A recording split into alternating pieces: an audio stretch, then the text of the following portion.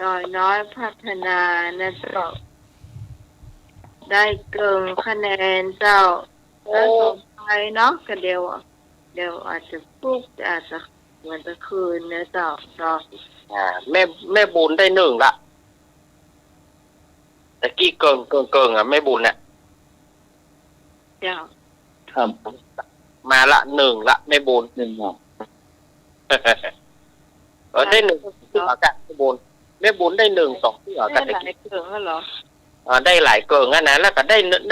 นึ่งนี่สองเสื้อไหมก่อน นี่มัน เดียวครับ เสื้อเดียวกะ เป็นแน่ใจนะเจ้านอกแล้วจะเป็นพี่สารีกับเอ่อ สอง พี่สองสลับกันตลอด สลับกันนะ โอ้โหโอ้โห สองท่านนี่จะสลับกัน โอ้วันนี้ต้องยอมรับนะสองท่านนี่แซงกันเยอะอะโอ้โหวันนี้ ถ้าเป็นเปิ้นว่าปิ่งอ่า100 คูณ 100 เมตรเนี่ย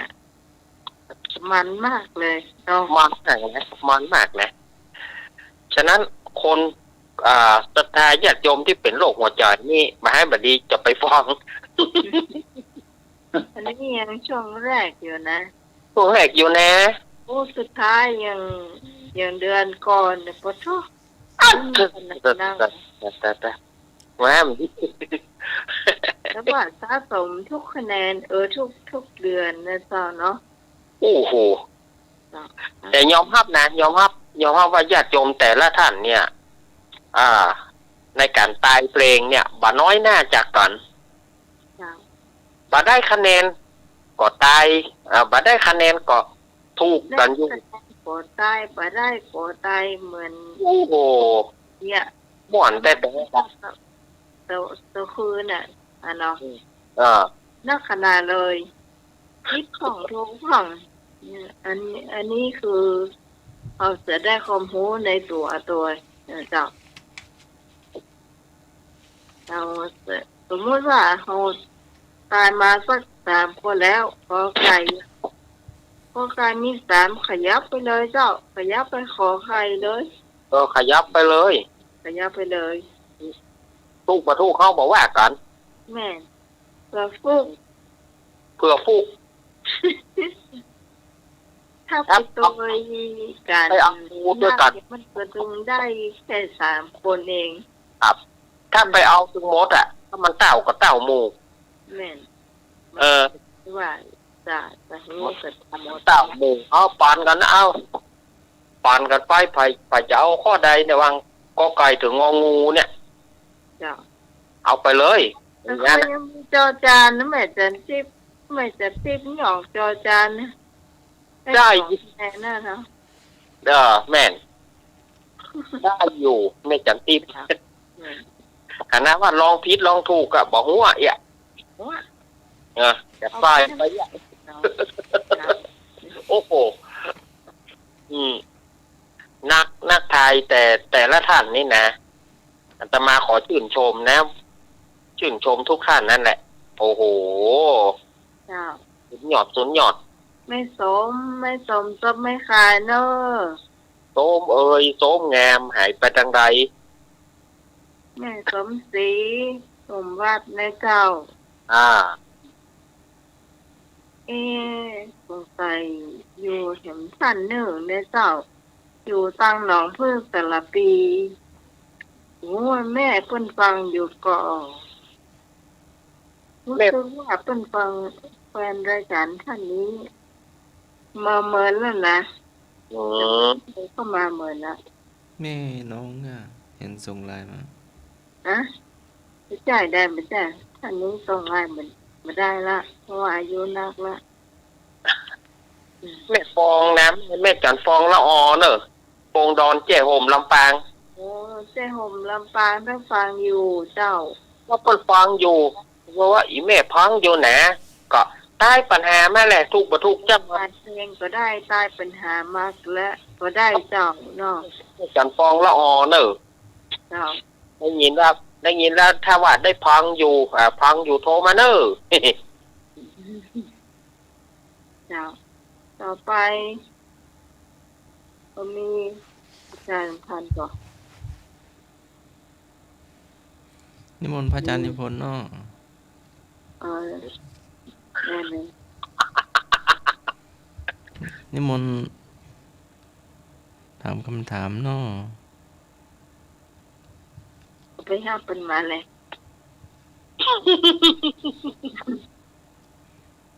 กำลังเตียวไปนิมนต์อยู่ นิมนต์เนาะ โอ้โห กุฏิพระอาจารย์ ว่า เนาะ อาจารย์นิพนธ์กำลังนั่นอยู่ อยู่ใต้ต้นไม้เนาะ ใต้ต้นไม้เนอะ อาจารย์นิพนธ์กำลัง ใบไม้นักเนาะ นั่นอยู่ทดสอบเครื่องมาอยู่ ซ่อมเครื่องเสียงกะทดลองกะ กำลังต้นว่าโอ้ถ้าเครื่องเสียงจากวัดสายหินไปอันนั้นก็จะรู้แล้วว่าเสียงใหญ่นะยังกับมันหูว่าอันใหม่มาแล้วนี่คนรู้ก็เด้ออยู่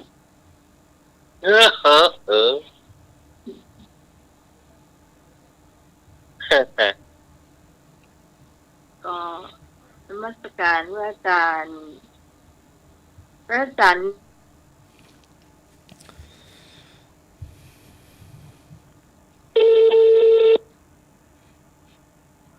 ก็กำลังนิมนต์พระอาจารย์นิพนธ์วัดพระธาตุโดยสะเก็ดครับผมนมัสการพระอาจารย์นิพนธ์ครับผม จิตนี้ไหว้สาพระพุทธธรรมประสงค์จากนมัสการท่านพระครูสมวิทย์วัดวรสิโจผู้อำนวยการสถานีก็กราบนมัสการพระเถรานุเถระทุกองค์ทุกรูปที่ได้ฟังธรรมะคลายเครียดกราบนมัสการอาจารย์สมัครยนากิโล ครับผ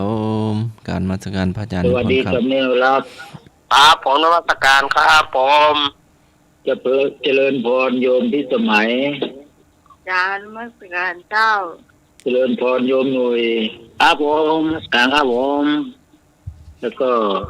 เจริญพรนี่พรตาเศร้าเนี่ยพรหลวงวัวแดงแล้วก็มาบุญกัดช่วยแล้วก็หลายคนที่ฟังรายการธรรมะคลายเครียดทุกท่านขอเจริญพรกับนมัสการครับผม ครับผม น้องกอง ก็พร้อมครับ อาจารย์ รอสักครู่เนอะ กันน้องที่ว่าไปกรรมแต่คงมาได้ออก สวัสดีเจด้วยคนลืมไป มาไปให้ โยม ดำนะ ที่ช่วยนึกด้วย จะสมัครไปรับเจปั๊ม ของเจของเจ เนี่ยละเรียบร้อยละไอ้ดอก ครับผมแป๊บหนึงเนาะ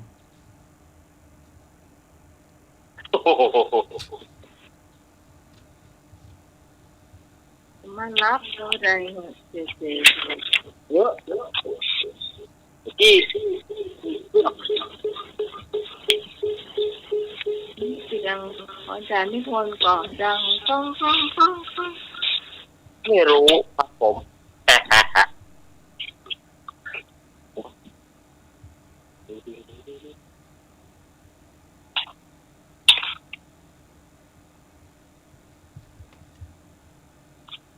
เจ้า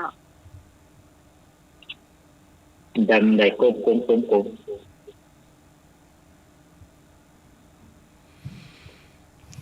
ตอนนี้กำลังโดย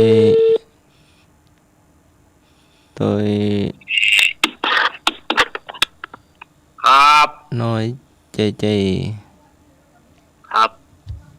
ได้ครับปี เอาเลย ครับกับไว้สาอาจารย์สวัสดิ์กิจโจเฮาเหมือนกันนะครับขอกับไว้สาอาจารย์สมบัติเฮาเหมือนกันนะครับ เจริญพร ผมขอกับว่าสาอุก พวกตนทุกองค์ที่ฟังขึ้น104ในเวียงเจียงใหม่แน่นอนวัดไผ่หินเจียงใหม่แน่นอนครับบอกว่าอาจารย์นิพนธ์วัดดอยสะเก็ดเหมือนกันนะครับขอแค่พวกตนทุกองค์ที่ฟังขึ้น104วัดไผ่หินแน่นอนครับขอสวัสดีกำนันนุ่ยห้าเหมือนกันครับครับผมสวัสดีครับขอสวัสดีขอสวัสดีพี่สมัยคนงามเฮาเหมือนกันนะครับขอสวัสดีพี่สมัยคนงามเฮาเหมือนกันเด้อเจ้าสวัสดีเจ้าครับขอสวัสดีผู้ช่วยนักเอาเหมือนกันเด้อผู้ช่วยนึกสวัสดีครับสวัสดีครับขอบคุณครับ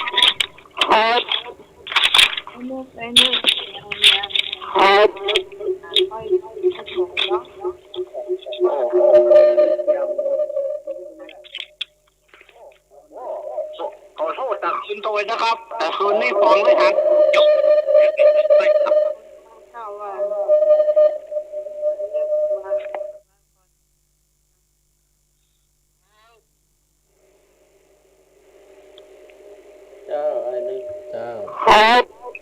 ว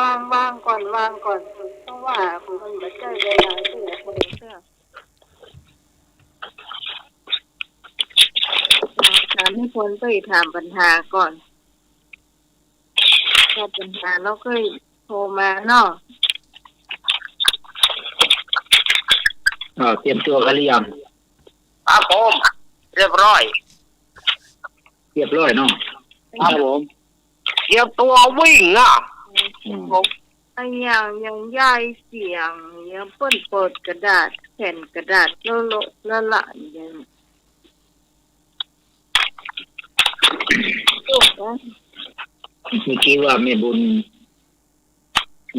ได้ครึ่งคะแนนมาหลายสักครึ่งเนาะครับแต่ก็ยังดีนะบางคนไม่ได้สักครึ่งเลยก็มีทางย้อมมวยเนี่ยไม่ได้สักครึ่งเลยนั่งฟังอยู่เนี่ยมันบอกแล้วว่าตัวไอ้บุโรถ้าภาษาอย่างนี้ก็เรียกว่าสอนนอทางลำบากอ่ะสนหน้า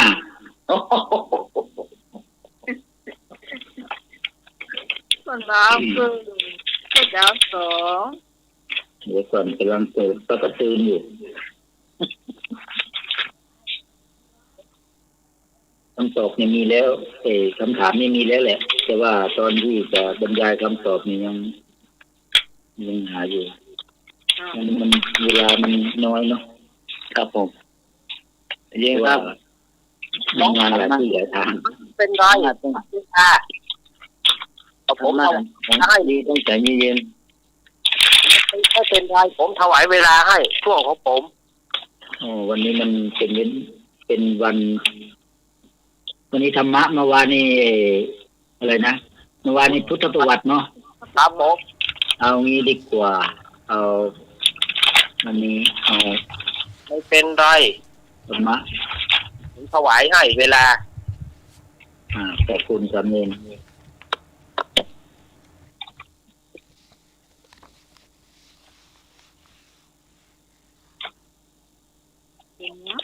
เอาข้อแรกเลยเนาะครับผมคำว่าพระไตรปิฎกนั้นคือพระธรรมและพระวินัยที่พระพุทธองค์สั่งสอนพุทธบริษัทแต่คำถามอยากทราบว่าคำว่าปิฎกนั้นแปลว่าอะไรกอไก่ตะกร้าขอไข่จานคอควายถ้วยงองูจอนคำว่าพระไตรปิฎกนั้นคือพระธรรมและพระวินัยที่พระพุทธองค์ทรงสั่งสอนพุทธบริษัทแต่อยากทราบว่าคำว่าปิฎกนั้นแปลว่าอะไรกอไก่ตะกร้าขอไข่จานคอควายถ้วย งองูช้อนภาษาเหนือเรียกจ้อนปีดกเจ้าเชิญตอบได้เลยมาเลยเจ้าไหมพี่กรตอบกอไก่ตะกร้าเจ้าหนึ่งละตะกร้าหรือว่าก๋วยเนาะเลยตอบซะเจ้าไม่จันทิพย์ตอบกอไก่เจ้าไก่จันทิพย์ทำแล้วเนอะจันทิพย์อย่าลืมว่านะขยับเลยคุณผู้ฟังคิดดูดีๆนะก็ตอบนะตะกร้าจานถ้วยช้อนขยับเลย3 คนแล้วเจ้าขยับเลยโอ้เจ้าพี่ต้องเอาข้ององูเอาช้อนเอาช้อนมาเนาะช้อนมาเนาะยับกันพ่อเอาขยับมาพ่อกอไก่มีต่อไปมันก็ต้องหมดได้คะแนนแล้ว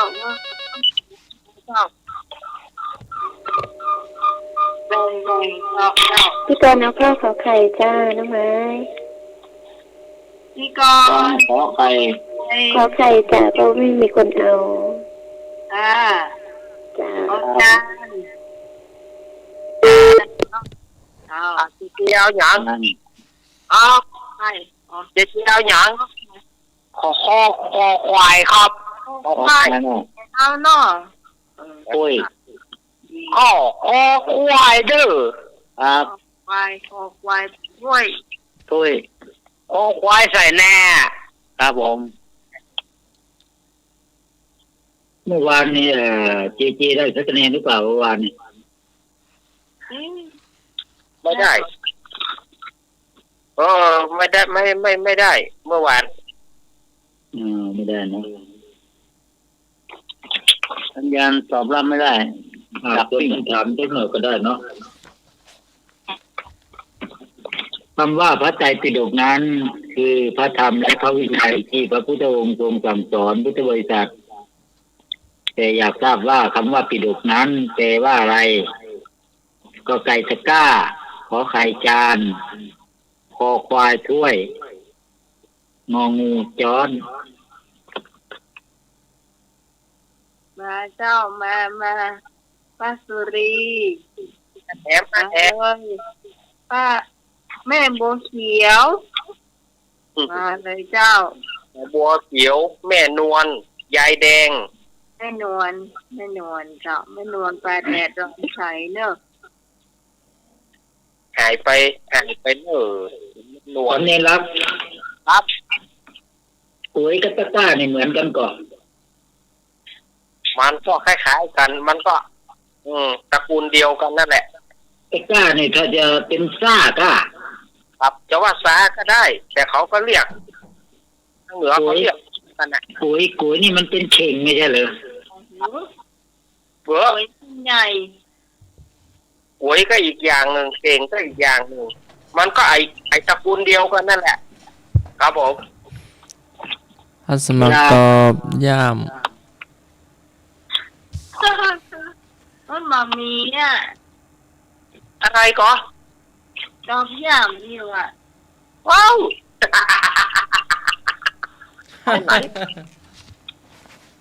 เอาไหน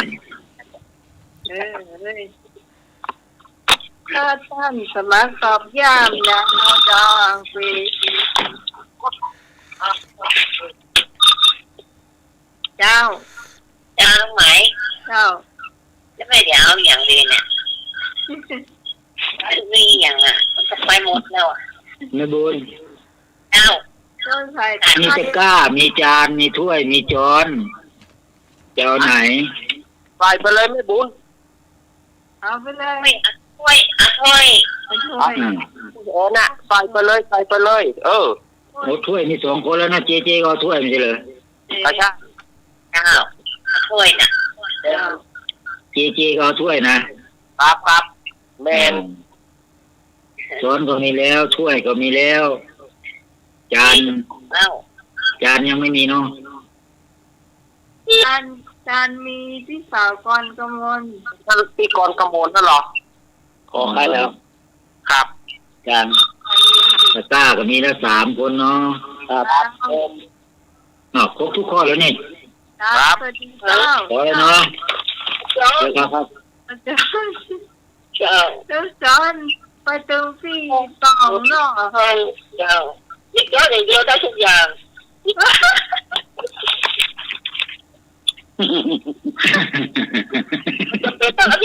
ทำถุงยางครับเจ๊เราเรียกว่านานาจิตตังเนาะเจ๊เยอะทั้งหมดคำว่าพระไตรปิฎกนั้นคือพระธรรมและพระวินัยที่พระพุทธองค์ทรงสั่งสอนพุทธบริษัทแต่อยากทราบว่าคำว่าปิฎกนั้นแปลว่าอะไรกอไก่ตะกร้าขอไข่จานคอควายถ้วยงองูช้อนแม่จันติ๊กมีไหน พระพุทธพจน์ที่โดยคำสั่งสอนพระพุทธเจ้ามีอยู่3 ประการใหญ่ๆเนาะ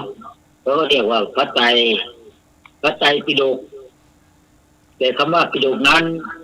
เป็นชื่อของพระเทนะบรรจุสิ่งของหมายถึงบรรจุพระพุทธพจน์ที่จะเป็นหมวดหมู่แล้วซึ่งความหมายก็คือตะกร้าเป็นคำตอบที่ถูกต้องหน่วยหนึ่งก็ไก่ตะกร้าเป็นคำตอบที่ถูกต้องตอนที่2คุยกับไผ่ หน่วยหนึ่งให้จันเต้นได้เพิ่งครับผมมันจันติ๊กแม่จันติ๊กหน่วยครับหน่วยได้1 คะแนนเลยครับเพลงนี้ไม่ได้สักคะแนนเลยเนาะครับแต่บดีละข้อ2ต่อไปเนาะที่พรได้2เนาะครับนนได้1เนาะครับจันติ๊กได้เกินเนาะครับอีกแล้ววันนี้สงสัยจะโดนมีคนว่าลำเลียงอีกแล้ว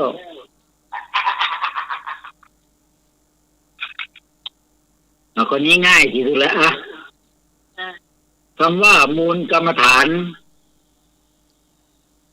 ของพระบวชใหม่คืออะไรคำว่ามูลกรรมฐาน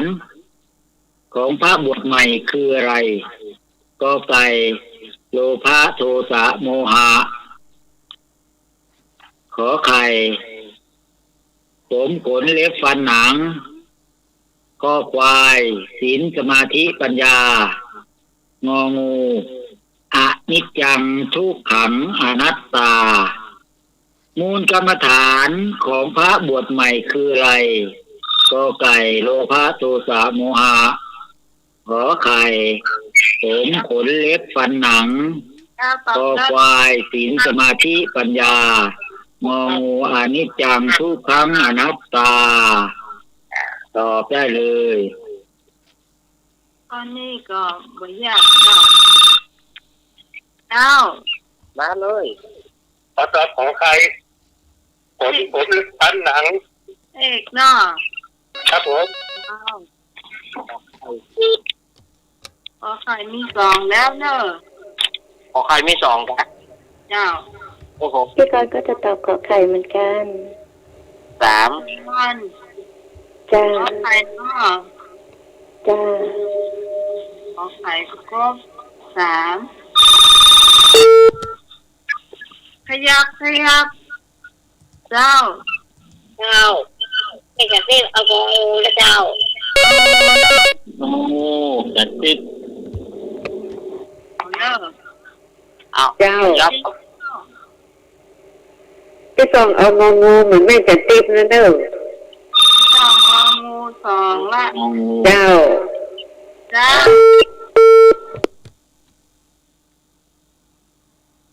มาเลยสะเพไผ่นี่เจ้าควายเลยตัวแขกควายควายเจ้าควายมีให้เอาซะเนาะเอาเสื้อคอควายกับกอไก่ครับใครเอากอไก่มีหรอกกอไก่ยังหน่วยกอไก่ครับหน่วยเอากอไก่เจ๊ แดง เอาอย่างก็ไก่ครับก็ไก่ ขอไก่ ก็ไก่กะ ขอไก่นะครับ ก็ไก่จิกอ่ะ ครับก็ 3 ก็ไก่ครบ3ละ ครบ3 ครบ3 ครบ3คอควายได้ คนเดียวเอา ไปเพียงดีครับงองู2 คนขอควาย1 คนขอไก่3 คนครับ ขอไก่กี่คน 3 3นะครับผมคุณขอควายมีคนเดียวเหรอครับเพียงดีครับผมยกมือล่ะ ตอบถูกแต่ว่ามัน ผมไม่ขอไก่ครับผมฮะขอไก่ครับขอไก่ครับผม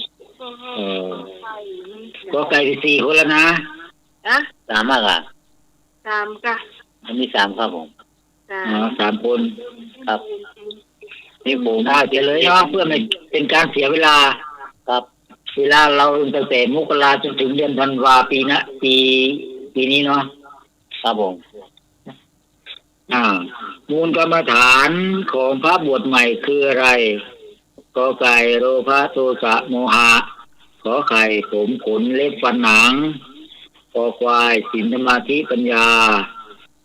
งูอนิจจังทุกขังอนัตตา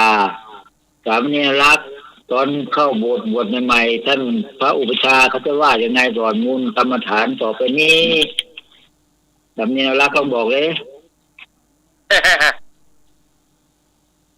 เกษา ครับ โลมานะขาคันตาตาโจใช่ไหมครับผม โอเคขอไข่เป็นคำตอบที่ถูกต้อง โอ้ย ครับ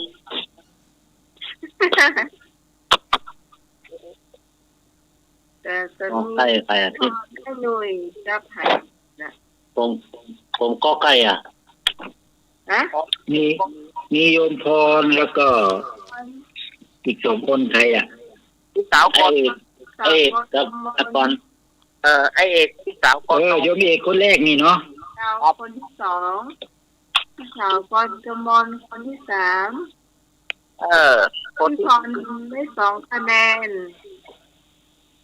เอกได้1เจ้าพี่สาวคน โยมเอกคนแรกไม่ใช่เหรอนะโยมเอกคนแรกไม่ใช่เหรอพี่พรทวงมาหน่อยนะใครตอบคนแรกมีคนที่2นะซ้ำ1เมื่อกี้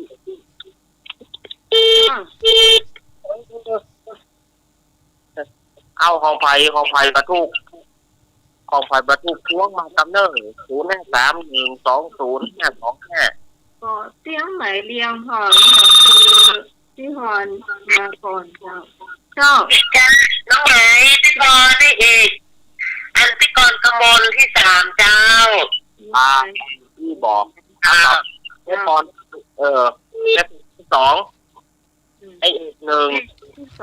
2นะกันนะกะที่2กันนะกะมนที่3ครับ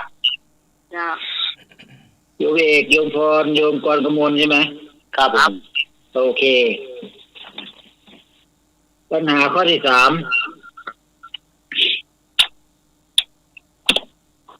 บาตรที่พระพุทธเจ้าอนุญาตให้ใช้มีกี่ชนิด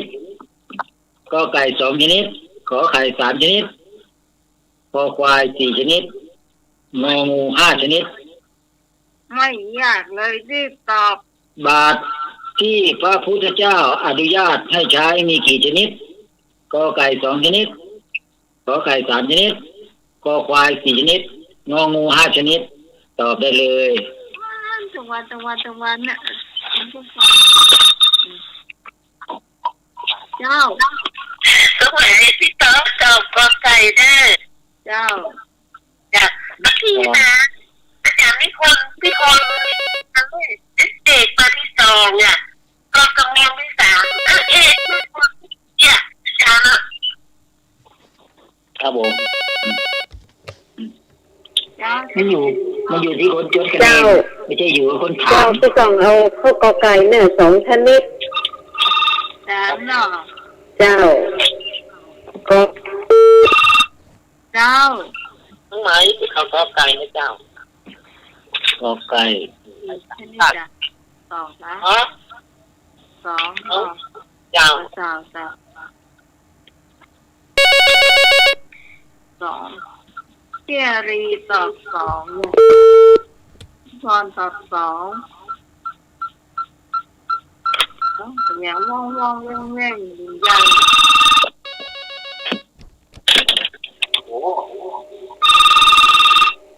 เจ้า ที่ต้นจะตอบกอไก่นั่นนะแต่มันมีคนตอบกี่คนแล้วไม่รู้2 หรือ 3 เดี๋ยวก่อนพอไก่มีกี่ท่านแล้วเนี่ย 3ครับ เริ่มที่ก่อนเอาขอไข่จ้า ครับ4ครับ จ้า วันนี้ นู่นอีกมือเดี๋ยวคุยกัน ตอนกำลังถ่ายมา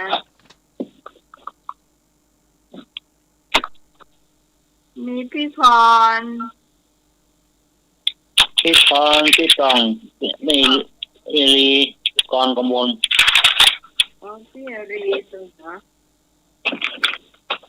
พี่รีตอบมาไม่ยังเข้ากับยังเลย ก็ไก่เหมือนกัน ก็ไก่ไม่ตีท่านแล้วครับ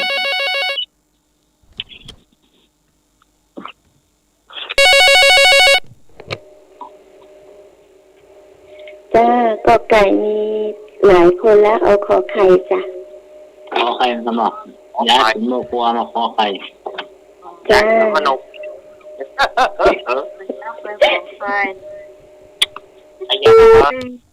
พี่สาวรีเข้าทางไหน ขอไข่ครับ ว่าพี่สาวรีเป็นตอบข้อไหน ข้อขอไข่ครับผมเป็นง่ายมาขอไข่ครับ อารีนะครับ โอ้อาลีขอไข่มีพี่พรกมลกับแย้งนะครับ ที่วอนบนง่ายมาขอไข่ครับผม ครับ ก็ไก่กี่คนไก่มี3 ท่านครับผมขอไข่มีกี่คน1 ท่านครับผม ก็ไก่มีหนึ่ง ขอควายมี1 ท่านครับ เดี๋ยวเจ้า ขอไข่เจ้า เอเซตี้ขอใคร ที่ขอไข่ ขอใครมีสองแล้วเนาะ 2ละอันนี้2ละ งองูมีกี่คนน่ะงองูว่างเปล่าครับงองูไม่มีแค่คนเนาะถ้าถูกหลอกก็ได้เด้อ ยังไม่มี ก็ไก่มีพี่พรแล้วไผ ตอนพี่กองครับเรียรี3 คนนี้เขาถึงกอดคอกันไปไหนไปด้วยกันเนาะครับ3 คนหัวหายไม่ใช่3 คนเพื่อนตาย คนอาหารสามคนเพื่อนไก่ ผมใส่โดนไม่แดงที่ชอบว่าลำเอียงคือขอเพลงอาจารย์สักหน่อยอาจารย์เปิดเพลงไม่แดงดอกบัวนี่สักหน่อย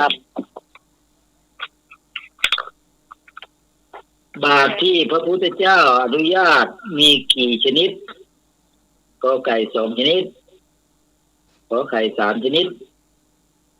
คอควาย4 ชนิดงองู5 ชนิด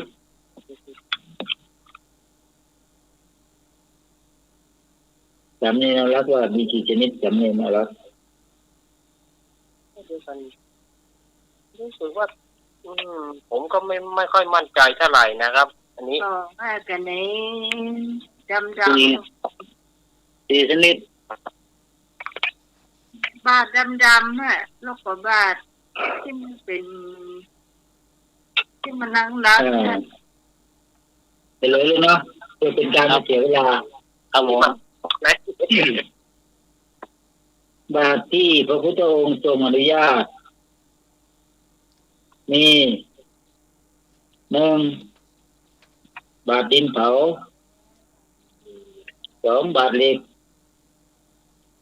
วงเล็บบาทสเตนเลสก็จะเข้าเป็นในบาทเหล็กเหมือนกันฉะนั้นบาทที่พระพุทธเจ้าทรงอนุญาตมี2ชนิดคือบาทดินเผากับบาทเหล็กงั้นผิดหมดกอไก่เนาะกอไก่ไม่แดงอย่าว่าลำเอียงนะฟังอยู่นะไม่แดงเนี่ยเขาจะว่าคนอื่นเขาลำเอียงอ่ะไม่แดงดอกตะล่อมอ่ะก็ไม่ยอมตอบถ้าบา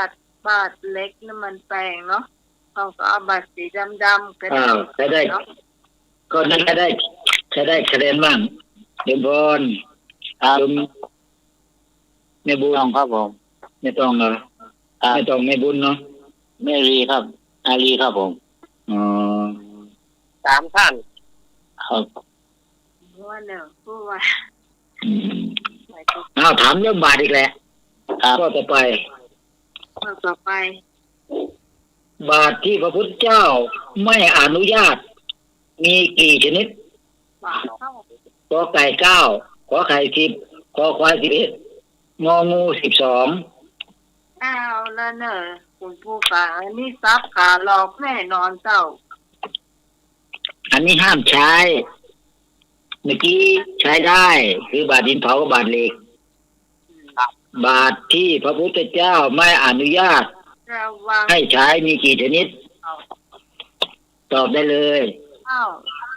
เจ้าพี่ก็ตอบ12ชนิดเจ้าขอควายเจ้า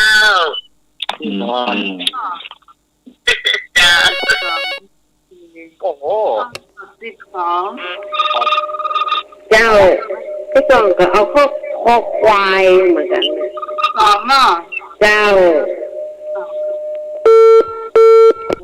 นี่เดี๋ยวก่อนข้อควายที่2แล้วเนอะก็จะติดกับข้อควายเจ้าที่2แม่จันทร์3เอาขยับกันโทษมี12มี3แล้วเนอะมี9ทุกคนเอาก็ไก่จ้าไม่มีคนเอาก็ไก่9ขอไข่10คอควาย11งองู12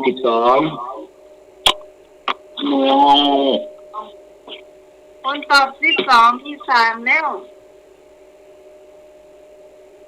มีพี่พรมีพี่ตองมีแม่เจนติ๊กพี่กรณ์เอาก็ไก่แน่น้องไม้อะไรคะพี่กรณ์กอไก่ครับกอไก่หน่วยเอาอย่างหน่วยผมเอางงครับผมงงน่ะเอางงสัก4 คนก่อนครับงงูมี3แล้วงงูหมดนี้งงูมี3แล้วเพราะว่ามีคนตอบ12อ่ะเรื่องคอควายพวกมี3แล้วยังบอกฟังคนตอบว่า12เอาขอไข่ก็ได้เอาขอไข่เด้อไม่รู้นะขอไข่เด้อต้องฟังว่าคนตอบว่ากี่ชนิดกี่อันบาทเท่าใด12อ่ะ12ไม่มีสัตว์นิยพรตอบ12แล้วก็ใครอีก2 คนพี่ตองอาจารย์ที่ว่าอาจารย์ที่ใครตอบคอควายสงสัยไม่บุญนี่ตอบคอควายเนี่ยไม่บุญเอาคอไข่ไม่บุญเอาไข่ครับคนที่ตอบคอควายเมื่อกี้เสนอตัวมาหน่อยจะได้รู้ว่าตอบครบหรือยังคอควายตะกี้รู้สึกจะมีมาคนนึงนะยังถ้าครบก็จะได้เฉลยเดี๋ยวก่อนข้างควายแม่ว่าเมื่อกี้ใครที่ตอบคอควายอ่ะแม่ตอบก็อย่างของใครเนาะใครพี่กรณ์กมลกอไก่ลูกอันนี้เหมือนเจ๊ครับพี่ตองเหมือนเจ๊ครับเอาคอควายตะกี้ไม่บอกพี่ตองคอควายไม่แก่นที่คอควายพี่พรกับคอควายเหรอดูความรู้สึกว่าจะ 12ชนิดนะต้องฟังว่าเป็นตอบมีกี่ชนิดกี่อันน่ะบาท12ชนิดโยมพรใครฟังหน้าโทรศัพท์เนี่ยบางทีเปิ้นฟังแล้วเปิ้นบ่เข้าใจก็เจ้าเอาหมายแล้วที่12พี่นึกว่าคอควายแต่มันเป็นงองูก็เอางองูพุทธกาเจ้า12ไม่ก็เจ้างองูเจ้าน้องได้ยิน12เจ้ามันมี10 10 11 12 9 10 11 12ก็ไก่9ขอไข่10คอควาย11งองู12เดือเห็มข้อเดียวเดือเห็มไอ้คอควายไม่ให้ตอบ11อ่ะเจ้าต้องหมายเจ้านี่ก็เอางองูน่ะเอา12โหมันมีเต็มแล้วเต็มแล้วเหรอเต็มละย้ายสำนกให้มาคอควายฝึกบ่เจ้าข้าพุกใครตอบคอควายเมื่อกี้เนี่ยโยมตองหรือว่าโยมไหนพิสารีโยมมารีเหรอเจ้าก็ไก่โยมกรประมวลขอไข่มอน9ขอไข่ใครนะ10นี่ไอ้หนูเจ๊แม่บุญแม่บุญขอควายพิสารีงองูโยมพรงองูนี่มี3-4คนเนาะ3คนเนาะ4คนต้องโยมหนุ่ยไหมโยมหนุ่ยขอเป็นคนสุดท้ายเนาะครับผมแต่คนได้คะแนนไหมล่ะคนที่4เนี่ยข้อไหนเฉลยเนาะบาตรที่พระพุทธเจ้าไม่อนุญาตให้ใช้เฉลยเสียงใครโยมเสียงแล้วใหม่เฉลยไหมเฉลยโยนฟังนะ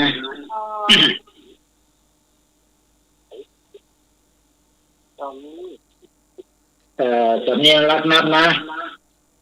ครับบาททองบาทเงินบาทแก้วมณี3บาทแก้วไพฑูรย์บาทแก้วผลึกบาทแก้วหุงบาททองแดงบาททองเหลืองบาทดีบุกบาทสังกะสีบาทไม้หมดยกข้าวใครถูก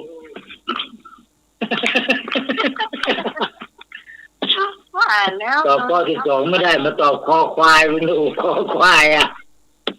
กอไก่9ขอไข่10คอควาย11งองู12คนที่ตอบคอควายถูกต้องนี่เนี่ยโดนซับขาหลอกนะมีต้นเปา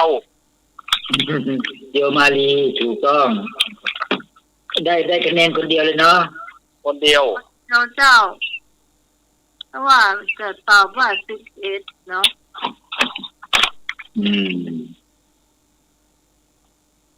ไปข้อไหมหรือว่าพอหรือว่าจะเอาอีกข้อ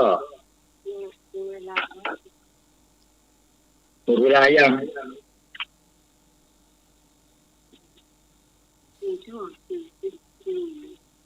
สักข้อบ่เนาะเลย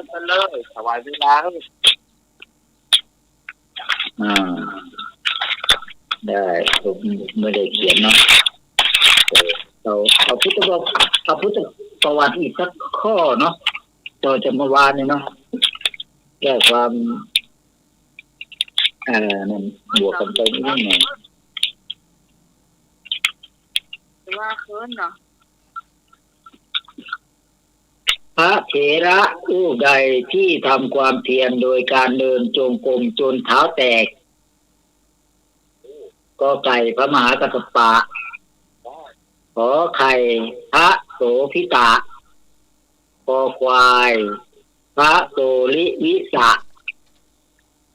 งองูพระโสนอุตติกนะพระเถระรูปใดที่ทำความเพียรโดยการเดินจงกรมจนเท้าแตกก็ไก่พระมหากัสสปะขอไข่พระโสพิตะคอควายพระโพริวิสะงองูพระโสนอุตติกนะตอบได้เลยเลยโยมพ่อเลยตอบเลยเฮ้ยเจ้าลูกหมาเจ้าข้อไหนก็ขอไข่ข้อไข่ ขอไข่ในไหนเจ้าที่ส่งกกไก่กอไก่เนาะเจ้าได้กอไก่แยกกันตอบเด้อแยกกันตอบเด้อเจ้ามั่นใจมากเนาะกอไก่ตอบเจ้าแม่จันทิพย์กับกอไก่เจ้าแม่จันทิพย์กับกอไก่เนาะวันสองแม่จันทิพย์กับกอไก่ของเต่าขอไข่มีหนึ่งกอไก่มีสองละขอไข่มีสองละพี่กรณ์9กอไก่จ้าน้องไม้แต่กอไก่มันกันกอไก่กอไก่มี3เด็ด5แม่ขอไข่มี2กอไก่2ขอไข่มีพรกับแม่บุญเนอะนะขยับมาหนูยังมาสงสารเส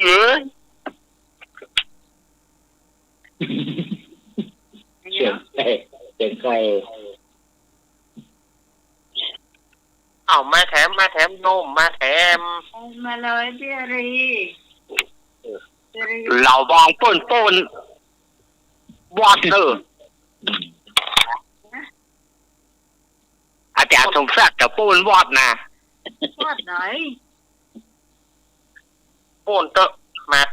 ตอนหับทุ่งเมื่อได้มาตอนหับทุ่งเมื่อเจ๊ข้อหยังเจ๊ข้อกอไก่ครับโอ้เต็มละกอไก่เต็มละครับนี่อย่างสองก็กอไก่ก็ใช่จ้ะชื่อว่าอย่างสองก็ชื่อต้องสนใจเนี่ยกอพระเถระรูปใดที่ทำความเพียรโดยการเดินจงกรมจนเท้าแตกขอไก่พระมหากัสสปะขอไข่พระโสพิตะขอควายพระโกลิวิสะงองูพระโสนอุตติกนะน้องหมายเจ้าคอควายเจ้าคอควายเนาะเจ้าใครตอบคอควายเมื่อกี้นี่เดียวไหนไม่ดีครับผมไม่บุญเหรออาลีแม่บุญตอบขอไข่กับพี่พรเจ้าแล้วคอควายเมื่อกี้ใครตอบวะเพื่อดีครับผมมาโยมาลีครับผมหนูอย่างงงนะครับงงเนาะครับเจเหรอแล้วไปเมื่อไหร่ของไข่ดาวครับเดี๋ยวข้อไหนครับคู่เนี่ยเดี๋ยวข้อได้กระติมรถอ่ะเตียงก่อนนี่ข้อยังงงูครับเอางูก็ได้ครับงูนะครับเนาะงูตอบเกือบไปคอควายนี่จะพี่สาวเปล่าเลย ครบแล้วเนาะครบหรือยัง ครับครบแล้วครับ พระเถระรูปใดที่ทำความเพียรโดยการเดินจงกรมจนเท้าแตกอันนี้ที่เดินจงกรมจนเท้าแตกนี่ก็ไก่พระมหากัสสปะนี่นะฟังนะท่านเลิศในทางทุดงค์บางทีท่านทุดงค์นี่เดินไปแบบธรรมดาเท้าคงไม่แตกหรอกเพราะว่ามันมีในประวัติเนาะท่านเลิศในทางทุดงค์พระโสภิตะเลิศในทางระลึกชาติได้นี่ก็ไม่เกี่ยวกับการเดินเลยเนาะก็งองูพระโสนะอุติกนะอันนี้เลิศในทางแสดงธรรมด้วยถ้อยคำมันไพเราะส่วนคอควายนั้นพระโตริวิสะเลิศในทางทำความเพียรทำความเพียรตลอดแหละฉะนั้นพระพุทธเจ้าทรงตรัสว่าสอนปรารภความเพียรแต่พอปานกลางไม่หนักไปไม่หย่อนหนักไม่หย่อนนักไม่เข่งนักโดยยกพิน3 สายขึ้นมาเป็นอุปมาท่านได้รับการยกย่องในด้านปรารภความเพียรฉะนั้นคอควายจึงเป็นข้อที่ถูกต้องเพราะเลิศทางในทางปรารภความเพียรเพราะท่านเดินจงกรมจนเท้าแตกพระพุทธเจ้าทรงตรัสสอนว่าต้องทำความเพียรโดยปานกลางฉะนั้นก็คอควายคุณโยมาลีก็รับไป2 คะแนนเต็มโอ้ฟลุกจริงสองข้อเจ้าฟลุกเลย2 ข้อฟลุกแต่โอ้ข้อสุดท้ายเนาะต่อไปเดี๋ยวพอหรือยังให้ข้อเนาะเดี๋ยวหมายว่าไงข้ออยู่52 นาทีแล้วบอกแล้วกันเนาะก่อนเนาะครับโอเคงั้นจะได้เดี๋ยวนาภาษาพระกันมั่งต่อไปก็เชิญสามเณรรับกันแล้วกันแต่ละกันชั่วโมงกว่านิดหน่อยเดี๋ยวจะได้เคลียร์กับโยมพรกับโยมแม่บุญนิดหน่อยไม่ได้คุยกันเลยกับ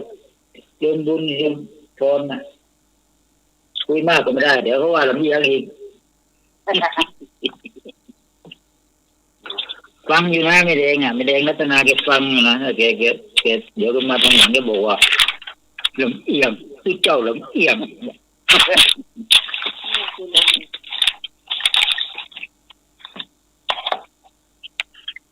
เลยเชิญเลยครับคนสำเร็จคนเดินนั้นก็อาจารย์สมัครรู้ได้ว่าท่านสุดท้ายจะไม่ใช่มีอะไรโฆษณาบ้างวันนี้นี้ว่าไปถวายเวลาให้ยามองตาทะเลทองพรมีขายไหมล่ะสวนป่าสามัคคีธรรมขอเรียนเชิญร่วมทำบุญทอดป่าสร้างถนนทางเข้าสวนป่าสามัคคีธรรมสถานปฏิบัติธรรมบ้านสามัคคีตำบลบ้านผืออำเภอจอมพระจังหวัดสุรินทร์สถานที่จัดงานณกุฏิธรรมโกษาจารย์คณะ1วัดมหาธาตุท่าพระจันทร์กทมในวันที่16วันพุธเดือนกุมภาพันธ์2565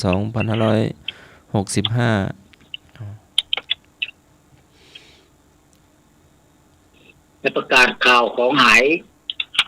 มีไหมล่ะเจอแล้วครับผมจะสมัครเจอแล้วครับผมเจอย่ามแล้วลืมย่ามไว้วัดฝายหินแล้วก็มาถามวัดดอยตะเกียบเนาะเมื่อใครจะไปเห็นล่ะทำไหนเนี่ยรักครับย่ามลืมไว้ในห้องส่งเครื่องเสียงมาถามวัดดอยตะเกียบเห็นย่ามผมไหมวะเอาไปคนนอน วันนั้นเปิ้นลืมไว้วัดสันเวียงว่าครับวัดผมได้คืนหนึ่งเอาไปลืมฉันแล้ว ไปไหนจะมากุ้มตัว จะสมัครครับ ครับผม ทีหลังเอาเงินไว้ทักแสนนะครับ ในย่ามนะ ถามพี่ว่าน้าไหมเห็นย่ามสมัครหรือเปล่าคือว่า ก็ไปบ้านน้าไหมเนาะไปวัดพระธาตุดอยสะเก็ดไปบ้านน้าไหมแล้วก็มาห้อง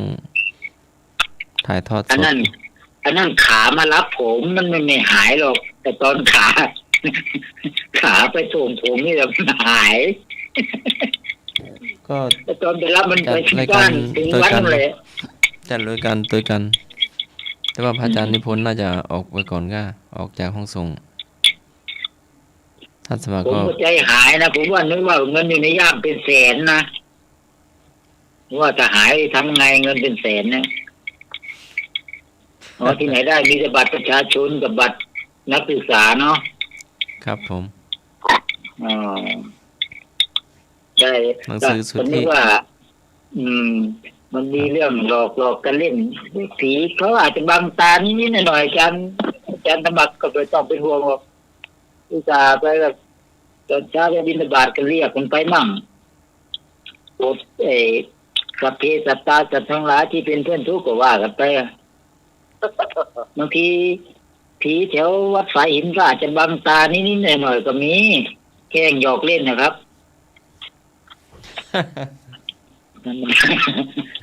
หัวเราะอีกมันไม่แน่นะครับ เป็นช่วงของสามเณรเรารักกันแล้วกันเนาะ ครับ มาแล้วเนอในช่วงของการเล่านิทาน เจ้า ช่วงเล่านิทานวันนี้จะได้เอาถึงเรื่องเป็นเรื่องของแต่สมัครผมออกไปก่อนนะเดี๋ยวเข้ามาทีหลังนะวางเลย แต่สมัคร ครับผม วางเลยตั้งเลย เดี๋ยวผมจะเข้าไปทีหลังนะเดี๋ยวผมตกก่อนนะ วางเลย อมตะนิทานธรรมเนาะเป็นอมตะนิทานธรรมอันนี้ในสมัยพุทธกาลในสมัยพุทธกาลสมัยนั้นองค์พระศาสดาหรือว่าองค์สมเด็จพระสัมมาสัมพุทธเจ้าของเราเปิ้นประทับอยู่ที่พระวิหารเชตวันในกรุงสาวัตถีในครั้งนั้นเปิ้นปรารภถึงภิกษุรูปหนึ่งนะหรือว่าตู้เจ้ารูปหนึ่งตู้เจ้ารูปนี้สะสมของไว้นะตู้เจ้ารูปนี้นะตู้เจ้าตนนี้นะเป็นนักสะสมของไว้ถึง3 วัดดูเรื่องนี้ให้เรื่องว่าพระศาสดาช่วยด้วยลืมหัวข้อไปเรื่องนี้ชื่อเรื่องว่าพระศาสดาช่วยด้วยก็ทีนี้เปิ้นปรารภถึงตู้เจ้ารูปเนี้ยมีเข้าของที่สะสมไว้ถึง3 วัดโอ้อันยังไปล่ำไปเหลือก็คือเป็นที่ไว้จ้องหรือว่าร่มเอาไว้วัดหนึ่งเด้อโอ้อันล่ำเรือไผมาฮับตานอย่างอันฮับตานอย่างได้แตะได้ว่าได้จ้องเอาไว้ถึงวัดก่อนโอ้ปานกระท่องกันเนาะเอาไว้กันแดดกันฝนพวกเหรอแล้วก็วัดหนึ่งเป็นที่ไว้รองเท้าหรือว่าเป็นที่ไว้เกิบปวดอันล่ำเรือโอ้มันจะสูบจะได้ล่ำเรือเนี่ยเอาแล้วก็แถมวัดหนึ่งเป็นที่เก็บอัฐบริขารเป็นที่เก็บบริขารต่างๆเช่นว่าบาทผ้าแล้วก็ของใช้ต่างๆไว้แถมวัดหนึ่งโอ้ปะปานบะแบ่งไผ่กำแล้วกะฮะจะเอาคนเดียวแหละ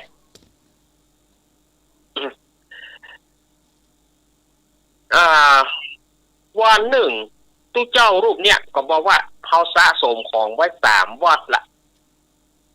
ก็ตั้งใจว่าจะไปเฝ้าพระศาสดาที่สาวัตถีตั้งใจละแต่ก็บอกว่าเอาของติดไปตัวส่วนว่าจะเอาของเน้นนั้นก็บอกว่าเอาของอะไรอย่างติดไปตัวเอาใส่เกียนเล็กๆเอาใส่ล้อน้อยนะบ้านเขาว่าเอาใส่ล้อน้อยลากแม่ว่ะลากแม่ว่าจะไปเฝ้าพระพุทธเจ้าที่กรุงวัดหลีที่พระวิเศษวัน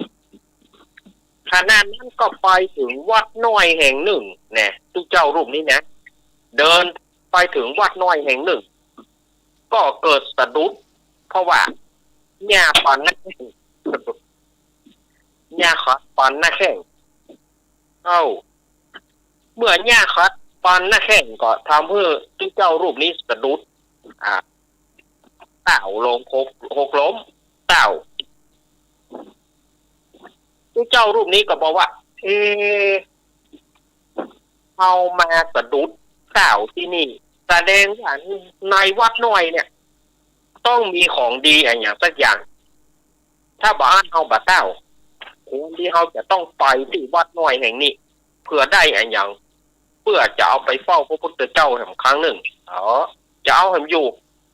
ได้3 วัดลำพอเตื้อเดินไปอันลำเหลือจะเอาไปไว้เงี้ยเนาะเป็นจะได้มันก็เป็นของส่งอยู่ดีอ่ะไม่ใช่ของท่านจะเอาไปเงี้ยที่เจ้ารูปนี้ก็เลยเดินทางเข้าไปที่วัดแห่งนั้นก็เหมือนกับที่ตู้เจ้ารูปเนี่ยได้คิดไว้บ่มีพิษ ในวัดนั้นมีหลวงพ่อ2 รูปมีหลวงพ่อ2 รูปนี่กำลังลู่ผ้ากันกำลังแย่งผ้ากันเพราะว่าหลวงพ่อเนี่ยมีผ้าเนื้อหยาบ2 ผืนแล้วก็มีผ้าเนื้อดี1 ผืนก็ตกลงกันมาได้โอ้ยเนาะตกลงกันมาได้เนี่ยได้ก็โป๊กเกิงนั่นแหละ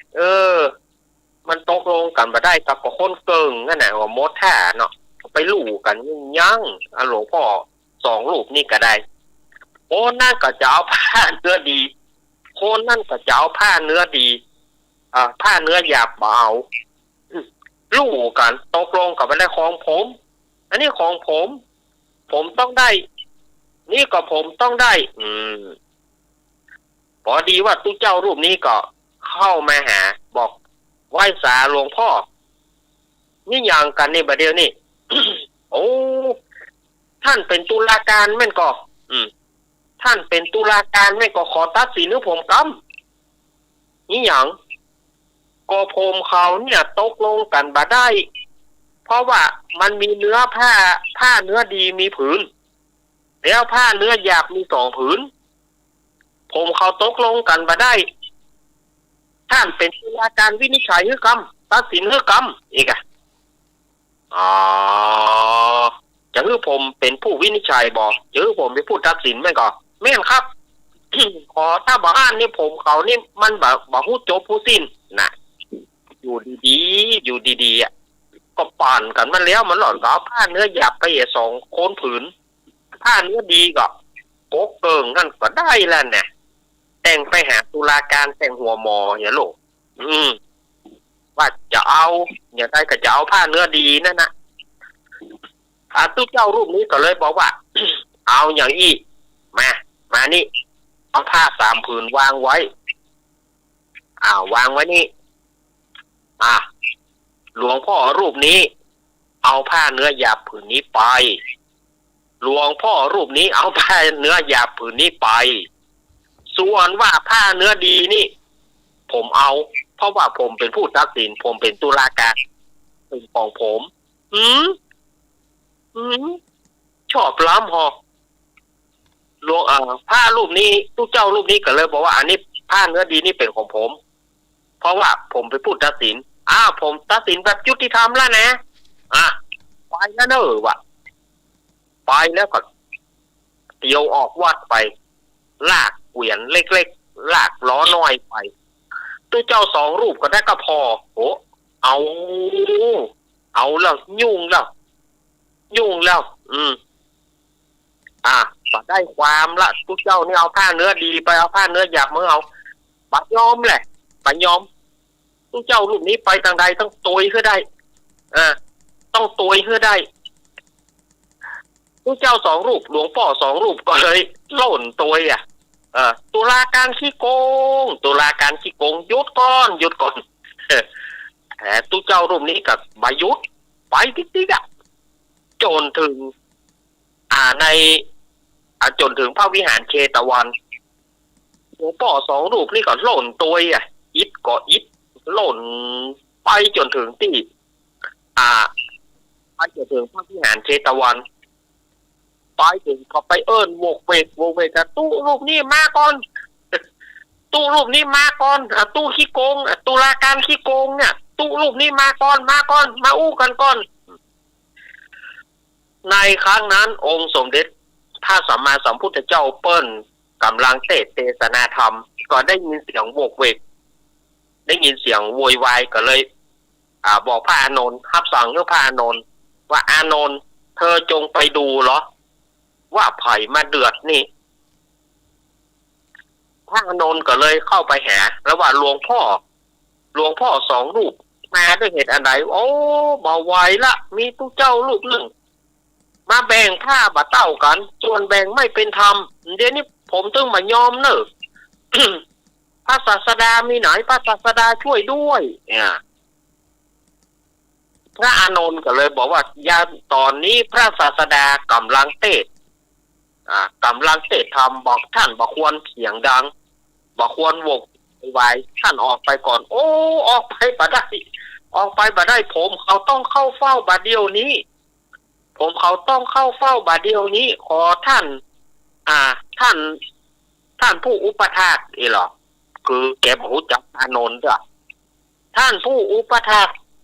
องค์พระศาสดาขอไปทูลพระศาสดากำเตอร์หรอผมตึงบ่นอนผมตึงผู้บ่ได้ตายก็ตายตาบ่รับนี่หรอผมตึงนอนบ่รับตายก็ตายตาบ่รับขอท่านช่วยไปทูลพุทธเจ้าเอ้ยกำนี่ค่ะพระอานนท์ก็หันว่าบ่ได้การละก็เลยไปทูลพุทธเจ้าองค์พระพุทธเจ้าเปิ้ลก็เลยบอกว่าคือหลวงพ่อสองรูปนี่เข้ามาหาเขายามนั้นก็ตู้เจ้าสองรูปหลวงพ่อสองรูปนี่ก็เข้าไปเฝ้านมัสการพระเจ้าข้านี่เนาะเอาลูกที่ไหนมาเธอสองรูปเนี่ยลูกที่ไหนมาผมเขาอยู่แถมวัดเก่าวัดน้อยอยู่เมืองต่างเมืองปุ้นแล้วเจอมาโวกเวกโวยวายอย่างนี้ก็มันมีเรื่องฮ้อนเรื่องหายพระพุทธเจ้าค่ะมันมีเรื่องฮ้อนเรื่องหายอย่างใดก็คือว่าเดียวกันเนอะผมจะเล่าให้ฟังนะเนี่ยหลวงพ่อสองรูปนี่ครับเอาไปจะเล่าท่านนั่นแหละไปต้นเหตุเนี่ยท่านนั่นแหละเป็นต้นเหตุที่เขาบ่ได้ผ้าดีก็ท่านน่ะค่ะไผเล่าก็ได้องค์พระพุทธเจ้าบอกว่าไผเล่าก็ได้ผมชื่อหยังหลวงพ่อเกี้ยวหลวงพ่อเกี้ยวว่าไปผมอยู่สองรูปหลวงพ่อเกี้ยวกับหลวงพ่อคำไปตัดจื่อไผ่สุมาเนอะ ตัดจื่อไผ่สุมาอภัยเนอะหลวงพ่อผมชื่อหลวงพ่อเกี้ยวแถมองค์นี่ชื่อหลวงพ่อคำวันหนึ่งเนี่ยมีโยมถวายผ้ามาเนื้อดีมาผืนเดียวแล้วก็ถวายผ้าเนื้อหยาบมา2 ผืนที่นี่ผมเขาตึงกู้เนี่ยก่อไข่ได้ผ้าเนื้อดี ผมบ่อยากได้ผ้าเนื้อหยาบ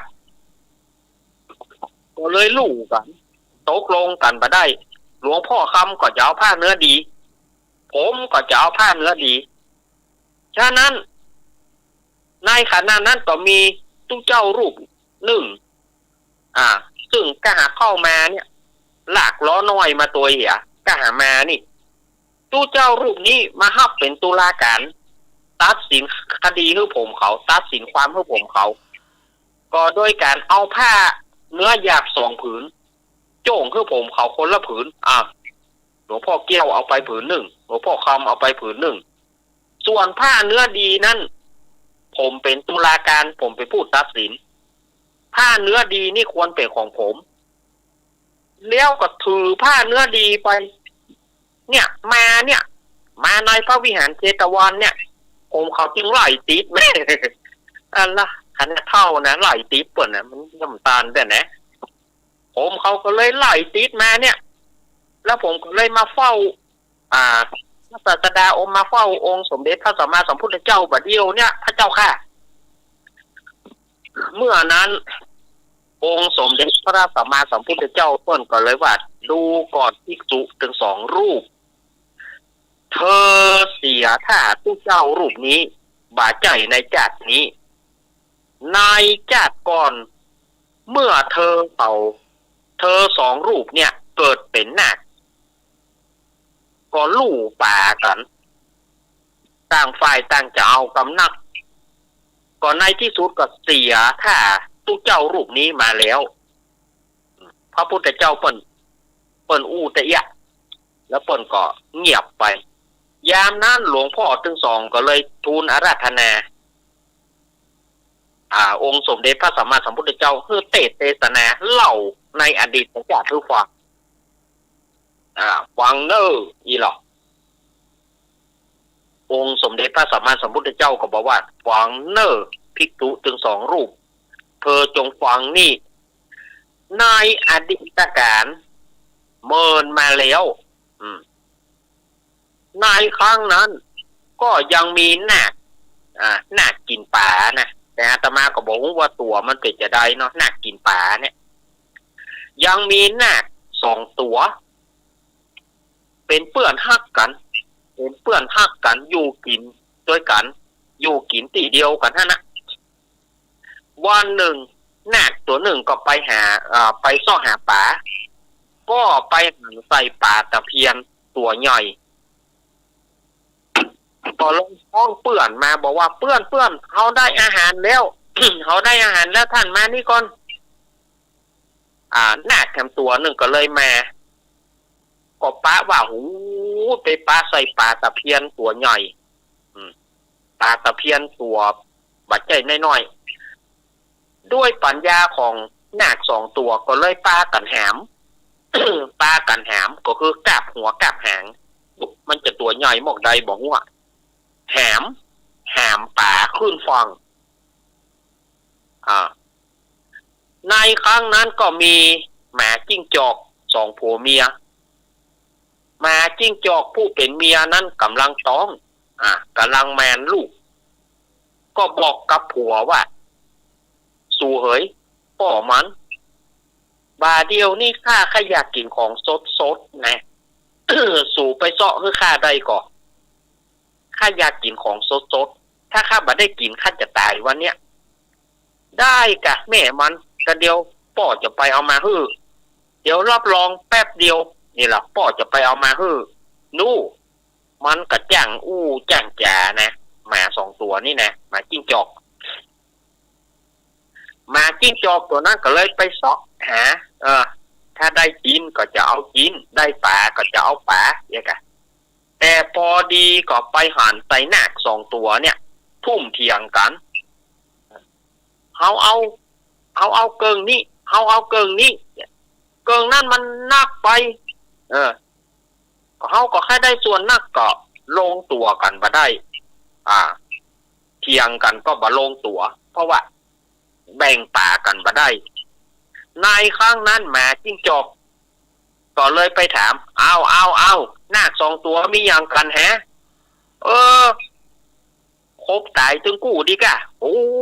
จะไปเนี่ยกันนะว่าดีว่าแต่ท่านตัดสินคดีให้เราได้ก็ตัดสินความเพื่อได้ก็ได้มีอย่างก็บาเดียวเนี่ยค่า2 ตัวเนี่ย ลู่ป่ากันไอ้นี่ก็จะเอากำนักไอ้นี่ก็จะเอากำน้อยเข้าแท้ลู่กันบ่ได้กะเขาจะเป็นตุลาการเฮ้อเขาจะเป็นผู้ตัดสินเฮ้อมานี่ป่าอยู่ไหนป่าอยู่นี่มาจิ้งจอกตัวนั้นก็เลยเตียวไปหาป่าแล้วก็คบส่วนหัวชิ้นหนึ่งแล้วก็คบส่วนหางออกส่วนหัวตัวนี้เอาไปส่วนหางตัวนี้เอาไปส่วนกลางลำนี้เป็นรางวัลกล้าเอาตัดสินความยุติธรรมแล้วนะก็ปานกับคนเกิงหั่นแน่สู่เขาก็ยังบักปานกันเตื้อก็เลยเสียท่ามาจิ้งจอกมาตัวนี้เอานาคตัวนี้เอาส่วนหัวไปนาคตัวนี้เอาส่วนหางไปส่วนว่าลำตัวมันเนี่ยเป็นของเฮาเพราะว่าเฮาตัดสินว่าแล้วก็กาบป่าโล่นไปให้เมียมันมุนก็สองนาคสองตัวก็โดนโกงป่ะเฮ้ยอีกองค์สมเด็จพระสัมมาสัมพุทธเจ้าเปิ้นก็เลยได้จับจากนั้นบอกว่าดูก่อนภิกษุถึง2 รูปนาค2 ตัวในครั้งนั้นก็คือเธอ2 รูปนี่แหละส่วนอ่านว่าหมาจิ้งจอกก็ได้แก่ตุเจ้าภิกษุรูปนั้นส่วนว่าเทวดาลูกขาเทวดารักษาต้นไม้ที่ผ่านเหตุการณ์นั้นก็คือตัวเราตถาคตนั่นแหละเมื่อจบธรรมเทศนาเมื่อจบธรรมนั้นหลวงพ่อ2 รูปก็ได้เป็นพระอรหันต์ในครั้งนั้นเองนี่แหละตถาญาติโยมอาตมาว่าก็ปานกันมันเลี้ยวไปเหี้ยเนาะอันผ้าเนื้อดีก็โคเกิงนั่นปานกับพายาไปแปลงอย่างก็เอาไปแหละผ้าเนื้อหยาบมันได้2 ผืนก็ปานกับคนผืนก็จบแต่งบ่เอากันคนใดก็ค่าได้ส่วนดีคนใดก็ค่าได้ของดีก็เลยเสียท่าผู้เจ้ารูปนี้ เอวังก็มีด้วยประการชนี้ส่วนแบ่งที่ไม่เป็นธรรมเนาะลุงหนุ่ยเนาะครับออกแก้วมาลูนการเกี่ยวมาลูนการครับมันของมันได้กินนู่เรื่องอย่างเรื่องบ่เป็นเรื่องเนาะจาเนาะในเพลงมีที่ห้องเนาะที่ได้ยินกับตอนนานของศูนย์ธนาคารมาพิมพ์กันก็ไปพีดกันในที่สุดก็ไปพีดกันพีดจนต้องแตกคอกันก็เพราะว่าแข่งป่ากันมาลงนั่นนะต่างคนต่างกิโลเหมือนกันเนาะครับคนมาไม่รู้ว่าเอาพุงไปกินอยู่วะนั่นเนาะจ้ะเหมือนแบ่งป่าปลาดุกอะครับเป็นปลาอย่างครับปลาตะเพียนแล้วจีวรไปไหนล่ะครับตอนนี้คือแบบนี้นะยันสมัครรับก็คือว่าพระ2 รูปเนี่ยได้ผ้าเนื้อหยาบ2 ชิ้นแล้วก็ได้ผ้าเนื้อดี1 ชิ้นแต่ว่าก็แย่งกันจะเอาผ้าเนื้อดีต่างคนก็ไม่เอาผ้าเนื้อหยาบใช่ไหมไม่ยอมเอาแต่ทีนี้พระรูปนี้ก็บอกว่ามาผมเป็นตุลาการผมตัดสินให้พระรูปนี้เอาผ้าเนื้อหยาบผืนนี้ไปผ้าเนื้อนี้เอาผ้าอีกรูปหนึ่งเอาผ้าชิ้นนี้ไปส่วนผ้าเนื้อดีเป็นของผมในฐานะที่ผมเป็นตุลาการผมเป็นผู้ตัดสินก็เสียทีเขา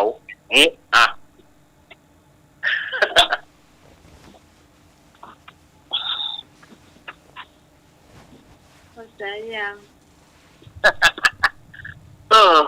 เนี่ยคนเฮานี่ก็นับ ครับ ความโลภความโลภความโลภได้จะได้บะเตื้อต่อไปเป็นช่วงยาง เราเจ๊ะ จ้ะกำบะเก่า เราไว้ กำหรือว่าไปยังฮะ หงยา เดี๋ยวกำบะเก่าที่อยู่ว่าซับตาลี่ ซับปาลี่ ซับตาลี่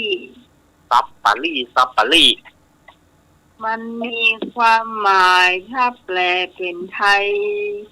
ก็คือว่า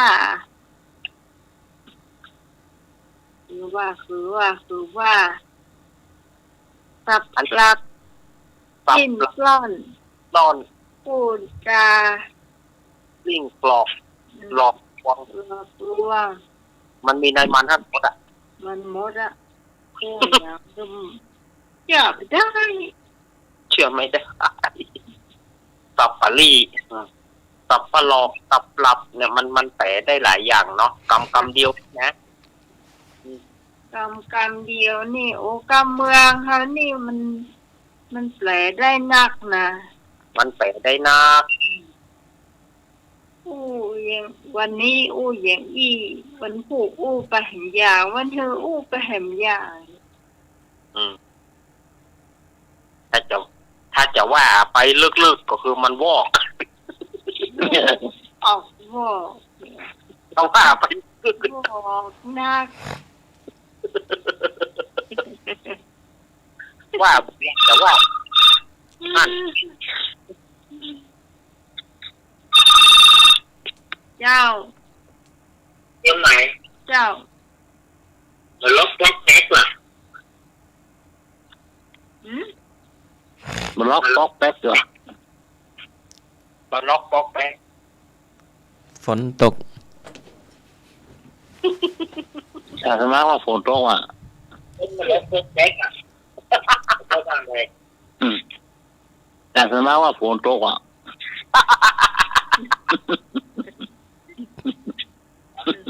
มันล็อกล็อ ไม่ ก จับ ไป นะ ก็คือ ขี้ ถ้าพู น ด ก ถึง มันลบล็อกแท็กก็คือ ขี้จะจิ้ม ใกล้ๆกันเนาะ มาขาย นั่นก่อน ขายทุกอย่าง ใช่ครับมันเล่นเป็นลูกเป็นไม้เนาะ หัวหอม จะล็อกแป๊กมัน หัวกระเทียม อย่างนั้น นั่นก่อน มันก็ขึ้นถ้าเอาไปโคนก็คือคล้ายๆกัน ก็คือแบบเดียวกันก็คือเป็นคนชอบตลกโปกฮาบาหาสาระแกนสารมาได้ ก็มีแก่นสารเนาะจับต้นทึกใช้ไม่ถูกหรอก นะไม่มีแกนสารนะจับต้นคนไปไม่ถูก มันแตกต่างกับซับตาลี่นะ มันก็ หมอกหนูถ้าจะได้นะ เชื่อมัน แต่ว่ามันล็อก มันล็อกป๊อกแป๊กมันยังลุยๆนี่แหละมาแท้อ่ะ เอาปลามันมีอย่างที่ว่ากันเล่นตัวเก่ากัน น่ะล็อกป๊อกแป๊กยังลุยๆนี่แหละเอาไปเลยนะ เขามีอย่างเนาะ ครับ มันไม่ใช่ซัดในส่วนเนาะ ครับ เอาปลามันมีอย่างว่าบอกเล่นตัวเก่าเห็นเลยกัน คิดๆมันลบล็อกแท็ก ถ้าบล็อกบอกแป๊กนี่มันจะได้กับของมากกว่าสิ่ง จัง ของ ของมันเป็นของที่มันของเล่นน่ะของเล่นของละอ่อน บล็อกบอกแป๊กอีกอ่ะ มันเป็นของเล่นละอ่อน มีแฮม มัน สาร พอมันถ้าเป็นแม่ค้ามันพอซื้อเนาะ มันบอกป้อซื้อบอกป้อขาย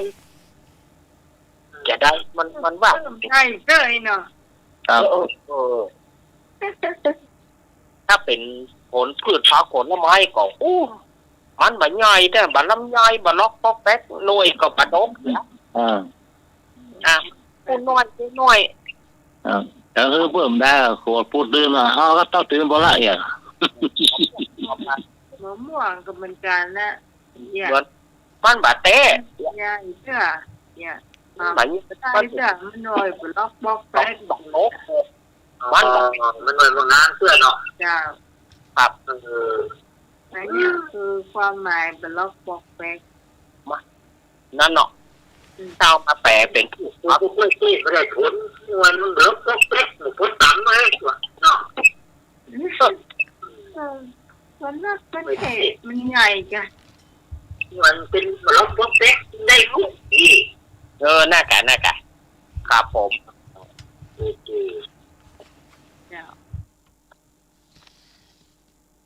โอ้อะไรเนี่ยล็อกปอกแป๊กไล่มาเต็ม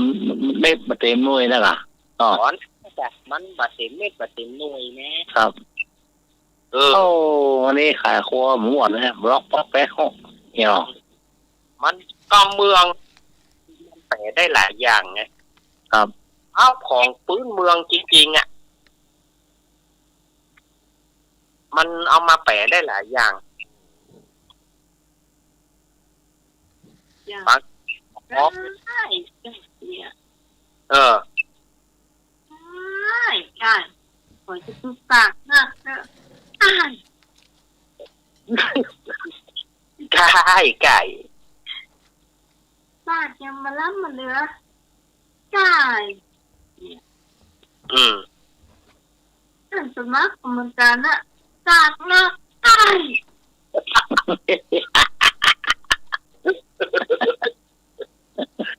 ปากนอกไก่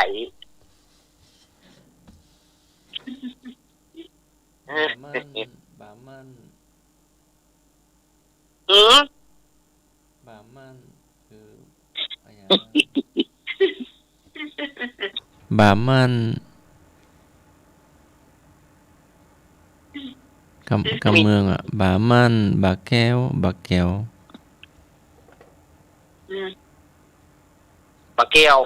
ครับผมบาเกียวก็คือลูกเต๋าไฮโลในนี่แบบฝรั่งว่ะฝรั่งครับบาเกียวคำว่าบาเกียวนั่นมันจะตั้งแปะตั้งแหน่นปุ่นก็คือฝรั่งบางที่ก็ฮ้องว่าปากกุ้ยแกะ บางที่ก็ฮ้องว่าปากกุ้ยเฉยๆบางที่ก็ฮ้องบะมันบางที่ก็ฮ้องบะมุดจุก บะเกียวถ้าบะเกียวนี่จะเป็นปุ่นนะมันตั้งแปะตั้งปุ่นก็ฮ้องบะเกียวก็คือฝรั่งนะบักสีดานั่นนะว่าไม่เหมือนกันมีสายมาหนึ่งโอ้โหเนี่ย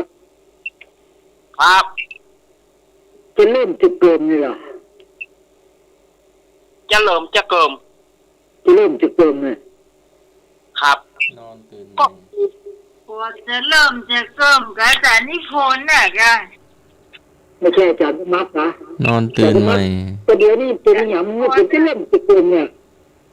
นอนตื่นใหม่ไหมครับจะเกิมไทยกับไทยเมืองกับเมือง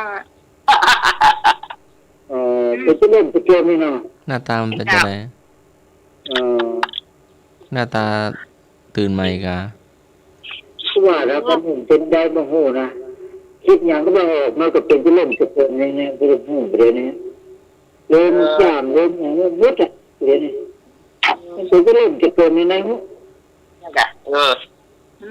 มองไปฟ้าเนาะปากนี้เนาะเริ่มจะเกิมนะคะ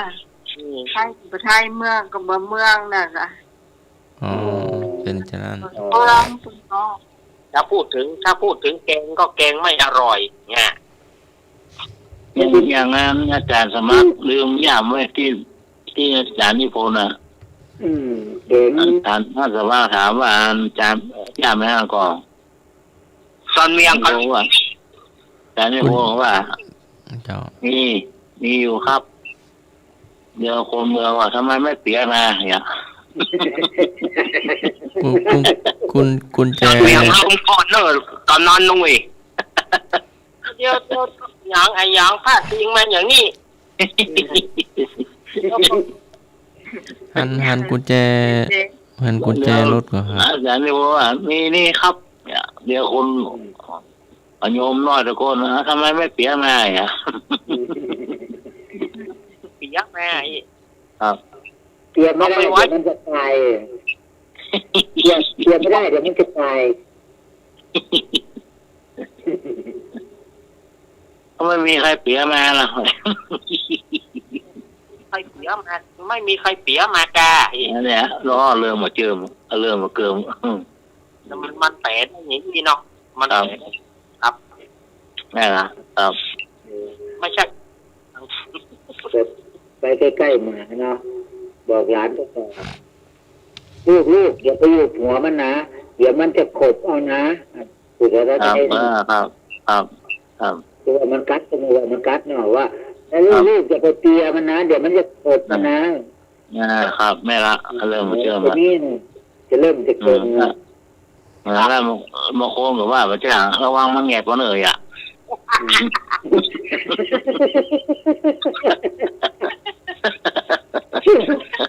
อย่าไปอย่าไม้ไปอยู่มันเลยมันเป็นแงบตอนนั้น มันยังแงบกันเลยวางเลยอย่าไปใกล้มันเลยแงบอะไรอ่ะ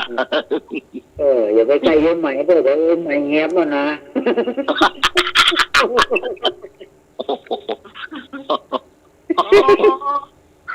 ยืมใหม่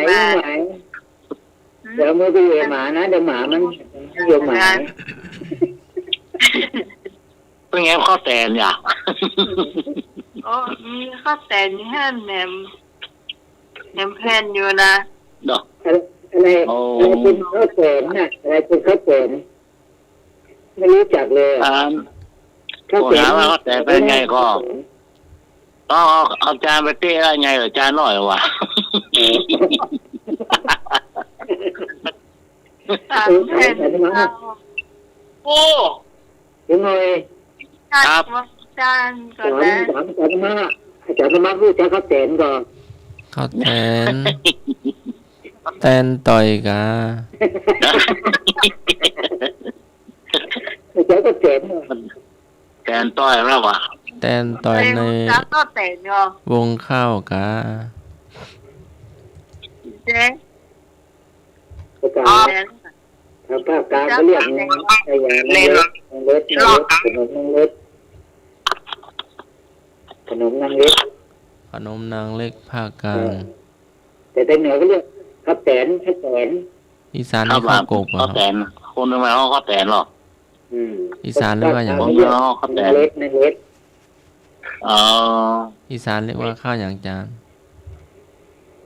ทำไมป้าเขาจานเขาอย่างข้าวแตนเนี่ยเน้นว่าของเน้นรูดอีบารูดฟัง มัน ดู ถามว่าเจ๊หูจะข้าวแต่นก็ โอ้จักอ่ะครับกินทั้งวัน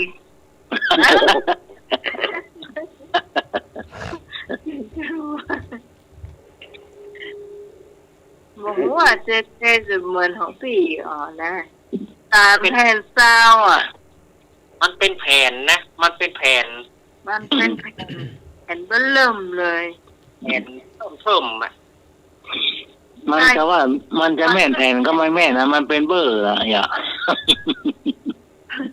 อาจารย์มาอาจารย์มา ก็จะเข้าจานเอาเทียมมาเนี่ย เปลี่ยนเน่า ครับผม เปลี่ยนเน่ารู้จักไหม เขียดน้อย รู้จักเปลี่ยนเน่าไหม เขียดน้อย ถั่วเน่า ถั่วเน่า อาจารย์สมัครรู้จักก็เปล่าไม่รู้นี่ ครับผมถั่วที่ถั่วหมกอะหัวเน่าไม่ก็ เคยกินไหม เหลือง ถั่วเหลืองเมิน ถั่ว ๆ เห ค ลื รั อบ งต้มอ่ะถั่วเหลืองต้ม ได้ชันครับ ถั่วส้ม ถั่ว เดี๋ ต้ ยว ม เดี๋ยวแบบ เขาทำเป็นแผ่นซีดีเคยกินไหมอาจารย์สมัคร ทำเป็นแผ่น เดี๋ยวเป็นแผ่นซีดี แผ่นปิ้ง ทำแผ่นเป็นแผ่นซีดี ห้องซีดีเทียน แต่ ห้องซีดีเทียนเนี่ย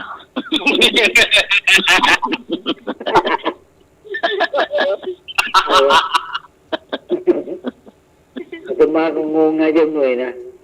ครับถามกินข้าวกันอย่าง ซีดี สามนั่นที่แผ่นซีดีว่ะ Cháu có cậu nó nuôi hôn thì đi hiền đấy cả. ครับซีดีเทียนหรอว่า แต่นั่นที่แผ่นซีดีเทียนเนี่ยเทียนเนาะ ไม่ได้ยินพูดว่ามาตรงนี้เนอะซีดีนี่ซีดีเทียนขายถูกเนี่ยโอ้ไอ้พ่อประชนเนี่ยทุนเหล้าแคบโอ้เสียลูกโบราณ มันเป็นจะได้ครับผม ตัวเหลืองเปิ้นเป็นแผ่นนะเปิ้นอัดเป็นแผ่นแน่ เป็นตากแดดอะไรเงี้ยเป็นแผ่นนะ ไปถามเนอะตัวเหน่าแผ่นมีขายก่ออีก มันเป็นแผ่นเท่าล้อรถก็ครับ Ồ rồi. ใช่มันก็เล็กนิดเดียวอ่ะดูเอาแผ่นซีดีเนี่ยนะมันจะง่ายกว่าแผ่น ซีดีมันก็เท่าแผ่นซีดีกับอาจารย์สมา เอาแผ่นซีดีมาย่างมาย่างกันครับ Ồ.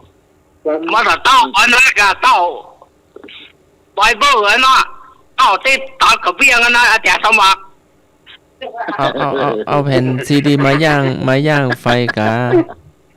เอามาปิ้งกะ คือใช้อาจารย์สมัครเลย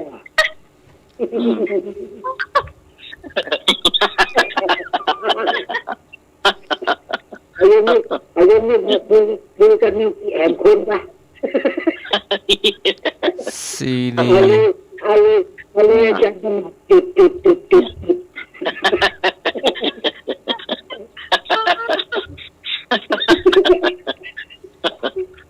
โอ้ย Tao mượn tên học khoảng tập. ไม่ได้ขวัญนะยังนึกนะยังนึกอยู่ไหนเข้ามาเจ๊นี่เขาว่า ไม่มีเจยังแค่น้อยตะ ครับ ยังนึกอยู่ที่ไหนสถานีให้อภัยแล้วกับสถานีด่วนจุด สาธารณะส่งสัญญาณมาด้วย อยู่ที่ไหนส่งสัญญาณมาด้วยจุด ห้ามเหงาหลับเนอะ เมื่อคืนนี่แกบ้องไปหน่อยอ่ะ หลวงอาได้บอกก็ ดูซิว่าแต่เราตอนยินเสียงเส้นใสขึ้นมาหน่อยนะ วางกัน ตอนตอบปัญหาเนี่ยไม่รู้ขอใครอะไรเลือกตัวไปเลยตอนในท้ายถึงใส่จะส่วงนะเนาะ ครับ พูดเรื่องขึ้นมานิดนึงตอนแรกบอกตอบปัญหารู้ก็ใส่หรือก็ใส่มันเป็นจะเล่นจะเกินอ่ะ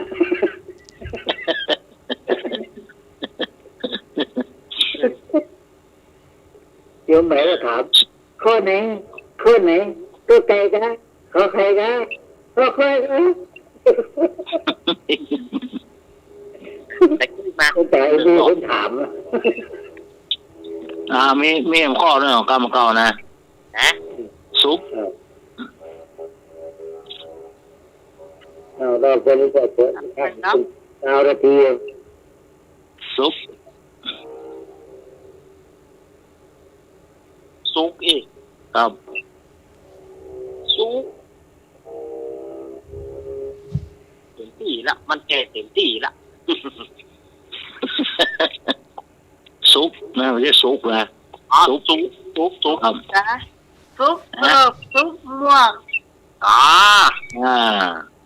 ซุปก็แปลว่าใส่หรือว่าสวม ครับ มันว่าจะได้ก็ได้มันถ้าผักซุป ก็ซุป เนี่ยมาซุปปุ๊บเหรอ ครับแม่น ไปตากแดดให้หน่อยยังมาซุปปุ๊บ ครับแม่นเพื่อน ซุปผมจะรู้ หาน้ำมันผมไม่มาใส่กุ๊บซ้อเสียรูปหมดกะตอนแยงแหวนนะยังซ้ายยังขวาหาน้ำมันเพราะมอยออดฮอดมอยออด นี่ ฮ ผม อด รู้จักอ่ะสูบะ มอยออดฮอด ครับผม ก็คือโคนดำนั่นแหละ ในนี่ว่าสีน้ำตาลมุนวะครับ ไม่ใช่มอยก็คือดำไม่ใช่สีน้ำตาลหม่นไม่ใช่นะ เอ้า ดำกับบ่ดำจะขาวกับบ่ขาวน่ะ เป็นยังไงมอยเป็นยังไงครับ คนดำมอย มอยเนาะ คนดำกะ มันมีกรรมเก่าอยู่ว่าผิวนี่เนี่ยผิวตัวเจ้าให้เลย เอออยู่ที่เจ้าให้ไม่อย่าได้นะ มันมูนไงอ่ะ มันน่าจะเต็ม จำมวยอ่ะ ให้อย่างฮะ เหมือน แล้วตัวเจ้าไปให้อย่าง ชอบอ่ะ เอ๊ะ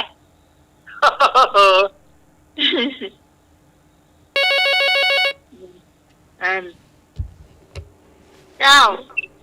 จึงไม่เชื่อว่าผู้เจ้าให้ใจร้ายช้าอยู่หน่อย ครับสีดำมวยเจ้าให้ซึกตัวอ่านก่อนนะคนเท่าว่านะเนี่ยผมได้ว่านะตัวสีดำมวยนะเจ้าให้ซึกเนี่ย อันนี้ล่ะไอ้หน่วยอายุนักคนย่อมหูกว่า นี่ถ้ามันแค่จะเศร้าเนาะถ้าจะออกเศร้าๆหน่อยเนาะหยุ่มม่วนนั่นเนาะงั้นดำเนาะดำขำอ่ะดำมวยอ่ะ แน่ ขาวกับขาวดำผมดำเลย ก็ประดังคนผิวขำอ่ะ อันเดียวกับดำคิมมิมก่อน อาจารย์มันมักจะถามไปเรื่อยเปื่อยดำมวยนะถามไปเรื่อย จิมมิม ไม่เชื่อว่าผู้เจ้าให้อยู่หมันบริวินกะ อันนั้นน้าไหมถามตัวเจ้าให้ตัวเจ้าเป็นอย่างนั้นไหม มากลัวมากลัวให้กะคนว่าดำมวยผู้เจ้าให้สีผู้เจ้าให้ ตัวเจ้าบ่ได้จีวรกะตัวเจ้าให้กะ พวกเขาออกข่าวกันถึงวันหมานก็ไอ้ยอดดำมวยเนี่ยเนาะ เดี๋ยวท่านสมัครถามต่อว่าดำมันอย่างกับดำจิมมิมมันใช่อย่างดำจิมมิม ดังคิมมิมในนี่ว่าคนผอมกะลองผิวดำ ใช่ยัย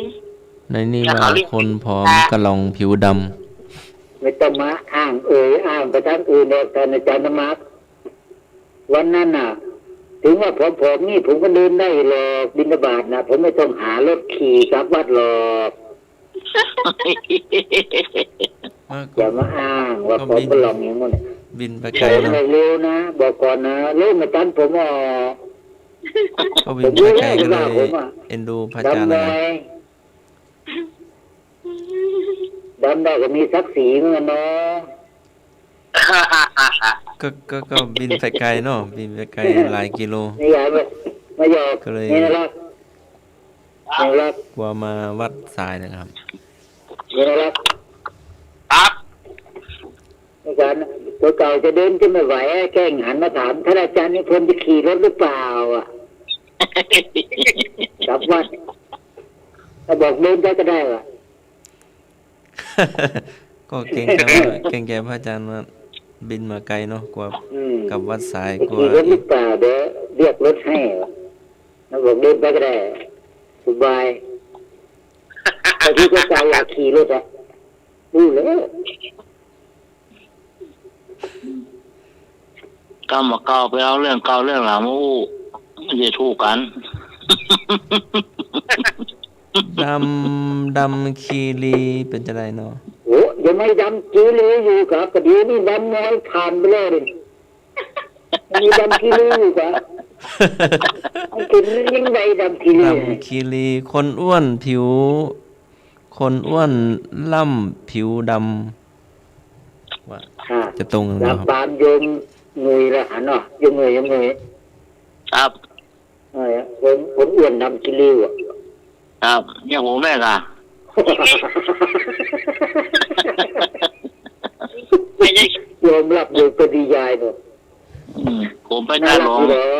องมีไส้ผมหรอการแข่งนะก็ซื้อเดียวนะเรื่องว่ามันห้ามเข้ามาหรอมันมีไส้หรอ อืม เขาเรียกว่าดำคิรินะอาจารย์สมัครไม่ใช่ดำคีรีนะ ทำกิริประจวบสีประจวบเลยนะ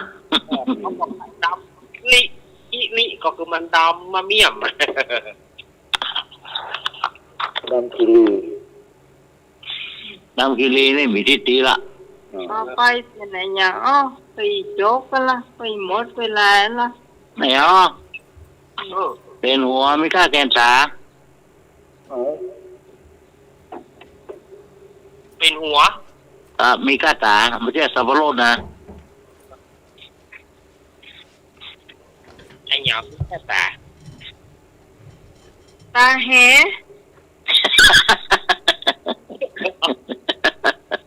ก็ ตาย ถู หิ ก ง ต้อง มีตายแหแล้วก็ต้องมีตายหิงอ่ะ ตาแหใหญ่อ่ะ ตากล้อง ไป ตาต้อ ตากระตุก ตาต้อมันก็อยู่ติดหัวอยู่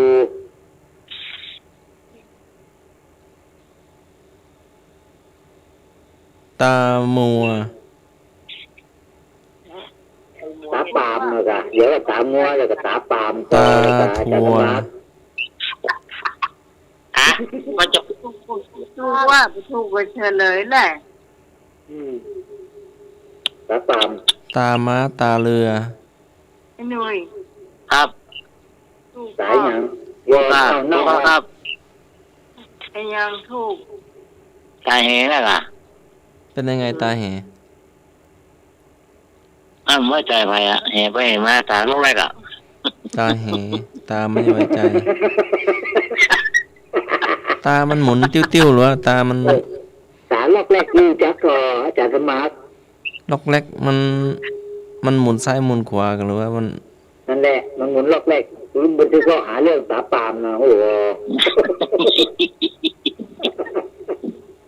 ตาม ลอกแรกอ่ะ มันมองนั่นมองนี่หรือว่ามัน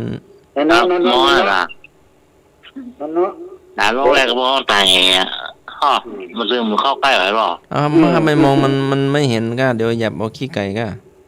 ครับมันเห็นเหมือนกันมันไว้ใจไปนั่นแหละต้องตาแห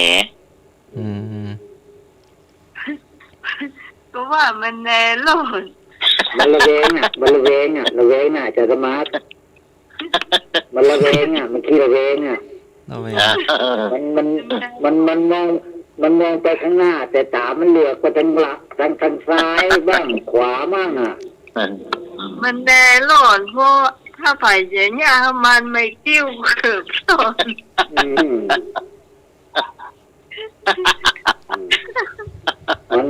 มันมีเรื่องอย่างนั้นนะมันตามันแหมันโผล่ดูนะแต่เขามาทางไหนมันเอ็นอันก่อนตัวละมันคนแหเขาเรียกมันแห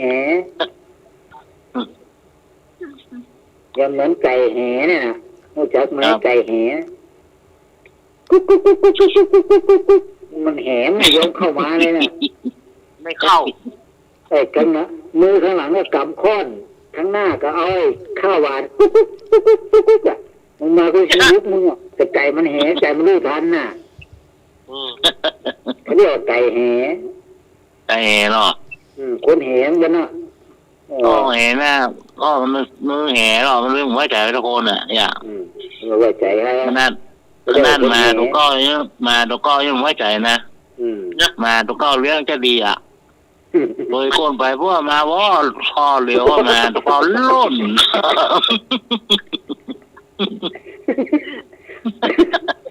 หมาตัวเต่า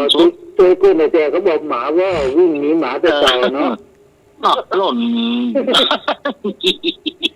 มาโอ้โหล้นตะโกนเจ้ามันก็ล้นอีกทีอ่ะ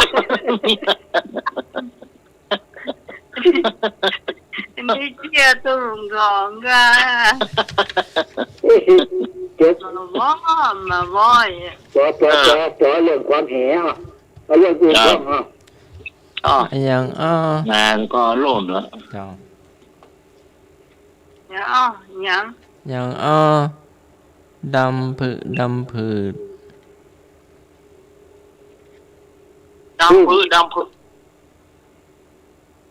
ครับผม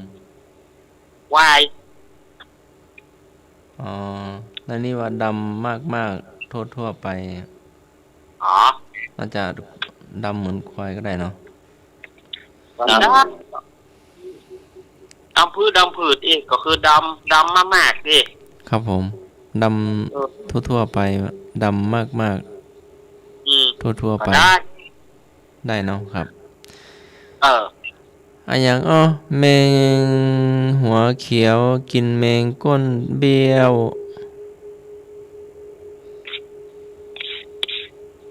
เป็ดกินหอย ถูกต้อง น่ะหอย เป็ดกินหอย มันหัวเขียวกับเป็ดเหรอครับ เป็ด เหรอนะ เป็ดแม่ล่ำมันดำไปกินหอย เอากินได้ไงหอยมันอยู่ใน ก็มันใช้ปากมันคีบออกมาไง อ๋อ มันจี้ฟ้า เอาปากเขาคีบออกมาไง เป็ดมันเก่งนะปูมก็กินได้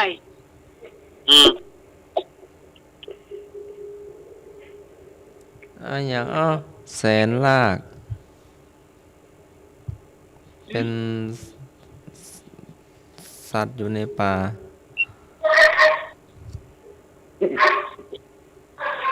อะไรก็ อะไรเอ่ยแสนลาก แสนลาก ตัวเขาจะเป็นอาวุธรอบตัวเลยอ่ะ เป็นแหลมๆเหมือนกับหอกอ่ะ เม่น เม่น โอ้โห เจ้า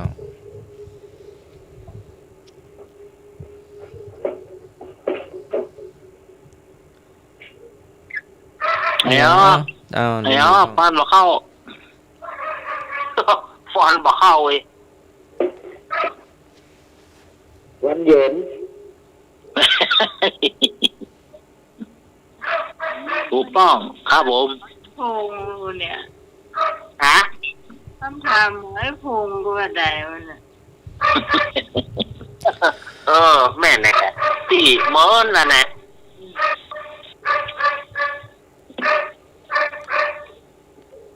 อะอย่างอ้อเมื่อเช้า เลยฮะ อะอย่างอ้อเมื่อเช้า ขี้ข้าง ใกล้ ตะวันโด่งขี้ข้างยุบอะอย่างอ้อเมื่อเช้า ขี้ข้างใกล้ พอตะวันโด่งขี้ข้างยุบ เอ้า อะไร เมื่อ เนี่ย เช้าขี้ข้างใกล้ตะวันโด่งสีข้างยุบ ครับผม สีข้างใกล้สีข้างกองก้ากองก็ใกล้มันเหมือนกันก้ายมหน่วย จะอยู่ติด มัน กัน กองก็ใกล้อ่ะ เมื่อเช้าขี้ข้างใกล้ ตะวันโด่งขี้ข้างยุบ มันใกล้ เมื่อเช้าเวลาเช้า ขี้ข้างสีข้าง สี ใก ข้า ล้ ง ใกล้ไปว่าพอง ใกล้ไปว่าฟอง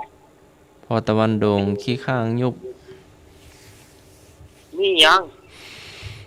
งัวควายกินหญ้านะแก อยู่ มันกินจน อยู่ในวัดครับผม นะ อยู่ในวัด วัดสันเมืองวัดก้อนหินวัดพระธาตุ ถ้าปาด บาท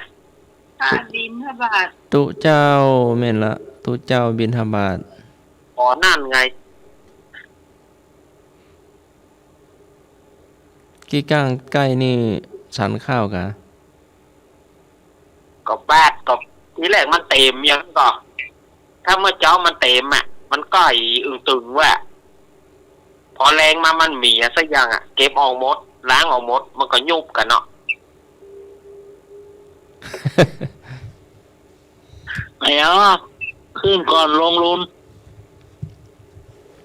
ขึ้นกระได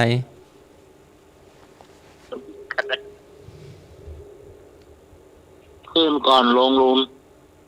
ขึ้นกระได ลงรูน ครับไม่ใช่เรียกอะไร ตะวัน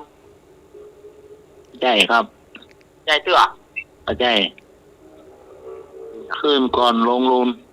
เดือนไม่ก็เดือน ใช่ครับ ใจเตื้ออะไรอ่ะขึ้นก่อนลงรูน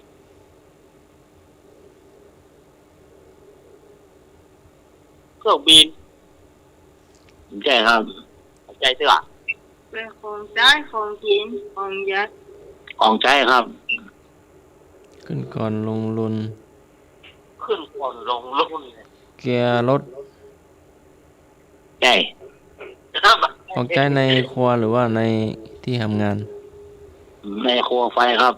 ในโคมไฟหม้ออันข้าวขึ้นหม้อข้าวขึ้นหม้อ เฮ้ยหน่วยอาสาทำมาจ้าแล้วก็บะมดเลย ข้าวขึ้นหม้อ นี่นะถ้าจะถามปัญหานี้ต้องถามว่าการจัดขึ้นโดยสามม่อน วันนี้หายเข้าวันนี้เข้า แม่น ครับผมถูกแล้วครับ เนี่ยมันต้องถามอีกอ่ะ คำลานึ่ง คนละอย่างบอก ไปถามอยู่ไปถามยันมันไม่ถูกถามไม่ถูกนะจ๊ะ ไม่ว่าจะได้ก็พูด คนหนึ่งเข้าอ่ะครับผม การสามตัวขึ้นดอยสามม่อน ตัวขึ้นก่อนลงรูนอะไรอย่างอ๋อ อ๋อ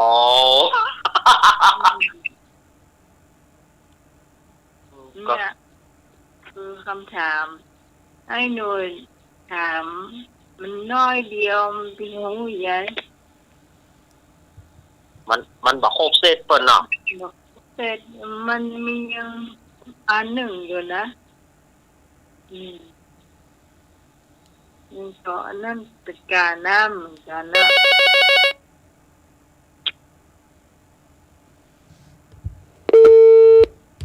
เดี๋ยว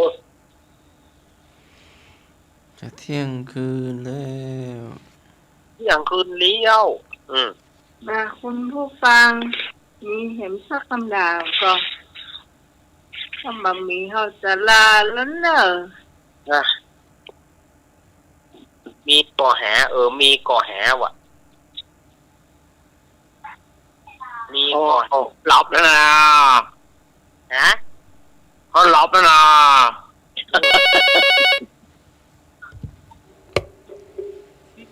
อ้าว ก็ถึงวันเวลาเนาะวันนี้ก็ขอลาไปก่อนกราบนมัสการท่าน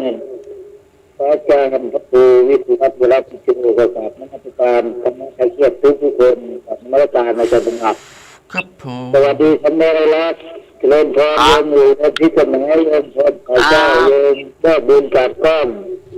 โยมแดงรัตนาที่รับฟังอยู่แล้วก็ไม่ยอมโทรมาขอเจริญพรกราบนมัสการครับ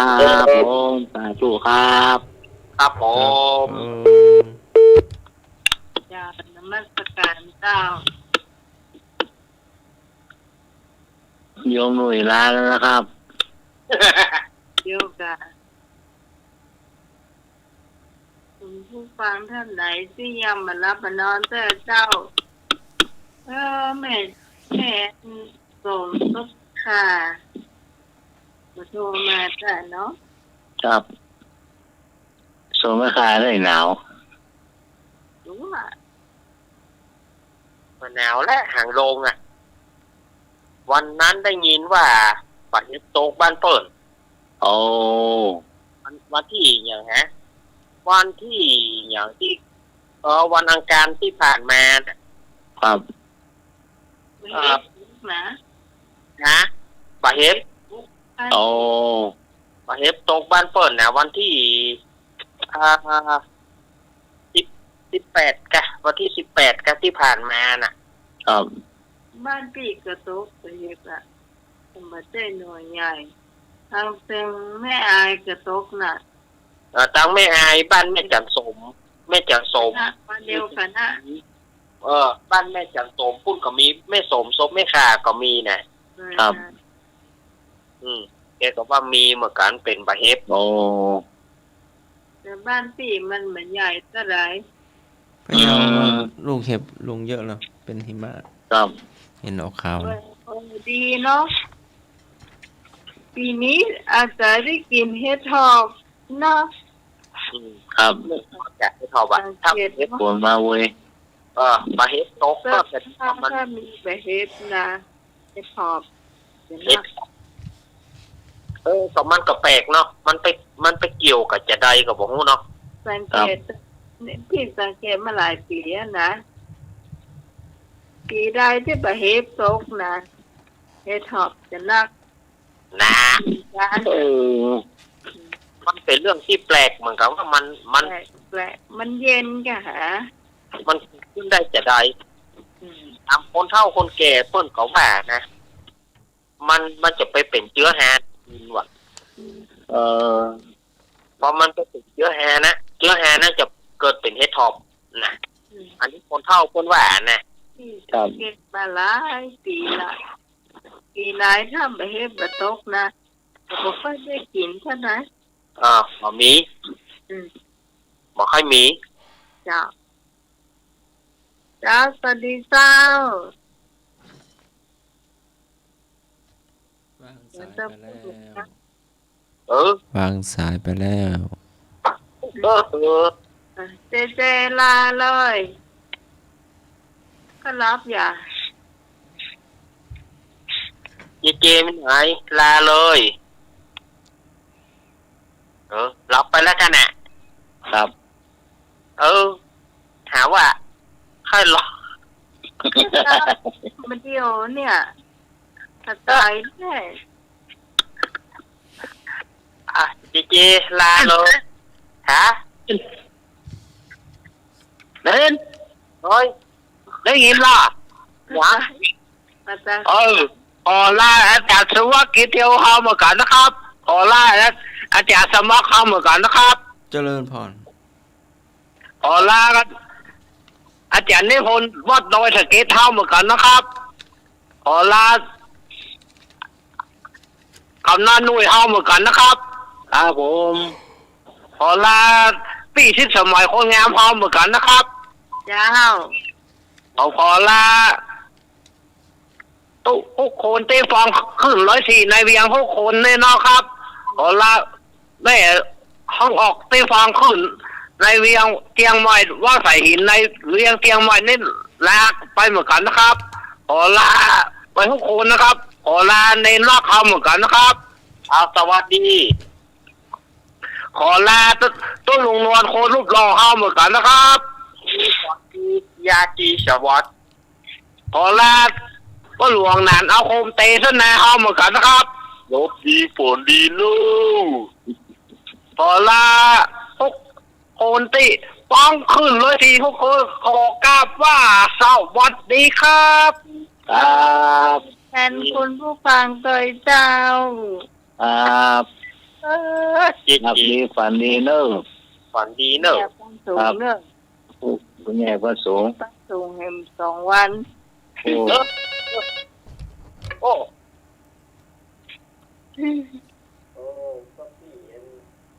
เจ้า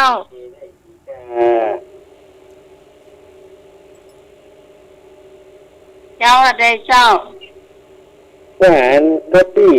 เจได้ดีก็แต่ต้องงานสาธยายเยอะแยะ เจ้า นี่จากทางรายโยม จากสันติธรรม ไพบูลย์สันติธรรม อ๋อ เจ้าขอบคุณนะเจ้า ขอบคุณเลย ต่อไปจะให้หน่วยเจ้า ครับการท่านอาจารย์พระครูสมุทรวิศวะนะครับเมตตาและการครับขอบคุณไว้ตาท่านสมัครนะครับผม เจริญพร เมตตาท่านอาจารย์เงารักนะครับ ครับรับดีฝันดีเนอะลุงนุย ครับไว้ตาอาจารย์นิพนธ์นะครับว่าโดยเกตนะครับขอบคุณครับสวัสดีพี่สมัยครับผม เจ้า สวัสดีแฟนน้ำมาคาเคียทุกท่านครับผมรับดีฝันดีนะครับสวัสดีครับผม สวัสดีครับ ต่อไปถึงสามเณรเอาละ ในช่วงสุดท้ายสุดขออวยพรให้ศรัทธาญาติโยมเฮามีอายุวันนะสุขภาระปฏิภาณธนสารสมบัติคืนนี้รับได้เงินหมื่นตื่นได้เงินแสนปอกาเมกาก็กาแม่นไข่มันเนาะเงินทองไหลมาเทมาเงินไหลกองทองไหลมาจงบังเกิดแก่ศรัทธาญาติโยมต่างหลายขอบพระคุณท่านอาจารย์ท่านพระครูสมุวิสุวัฒน์วรกิจโจด้วยความเคารพครับผมขอขอบคุณท่านอาจารย์สมัครยานาสีโล ครับผมครับ ขอ ผม ขอบคุณหลวงพ่อนิพนธ์พัทยาโนแล้วก็ขอบคุณครูบาอาจารย์แล้วก็ที่ขาดมาได้ขอบคุณโยมปีพิสมัยเนอร์ที่เอื้อเฟื้อเวลาเฮ้อ เจ้า เอา ขอบ จะ คุณสา ปะ มเณรเหมือนกันเจ้า ครับเราจะมาปะกันใหม่ในเสาร์และอาทิตย์หน้าอาทิตย์นี้ขอกล่าวคำว่าอายุวันโนสุขังพลังขอสวัสดี สาธุต่อไปเป็นสมาเจ้า อาพยาปัชชังสุขังโลเกความไม่เบียดเบียนเป็นสุขในโลก ขอกราบนมัสการขอเจริญพร เจ้าท้ายที่สุดนี้ก็ต้องขอบคุณคุณผู้ฟังผู้เสียงลูกสายที่มาช่วยกันจัดรายการธรรมะเกิดเกิดของเราผ่านพ้นไปด้วยดีนะเจ้าเราจะมาพบปะกันใหม่ต่อที่หน้าตั้งแต่3 ทุ่มถึงเที่ยงคืนนะเจ้าชื่นชอบรายการนี้อย่าลืมให้กำลังใจทีมงานธรรมะไปเครื่องของเราสำหรับพระเจ้าต้องขอบคุณพระอาจารย์พระครูสมุวิศวะรุรกิจโตและเจ้าผู้อำนวยการสถานีผู้ควบคุมเสียงเลือกเพลงคนผู้ฟังได้ฟังตัวสำหรับพระเจ้าพิสมัยสุริยรอนชาวบ้านดอนตาลตำบลเมืองแก้วอำเภอแม่ริมจังหวัดเชียงใหม่ลาคุณผู้ฟังไปเพียงเท่าอี้ก่อนเราจะมาพบปะกันใหม่ต่อติดหน้านะเจ้า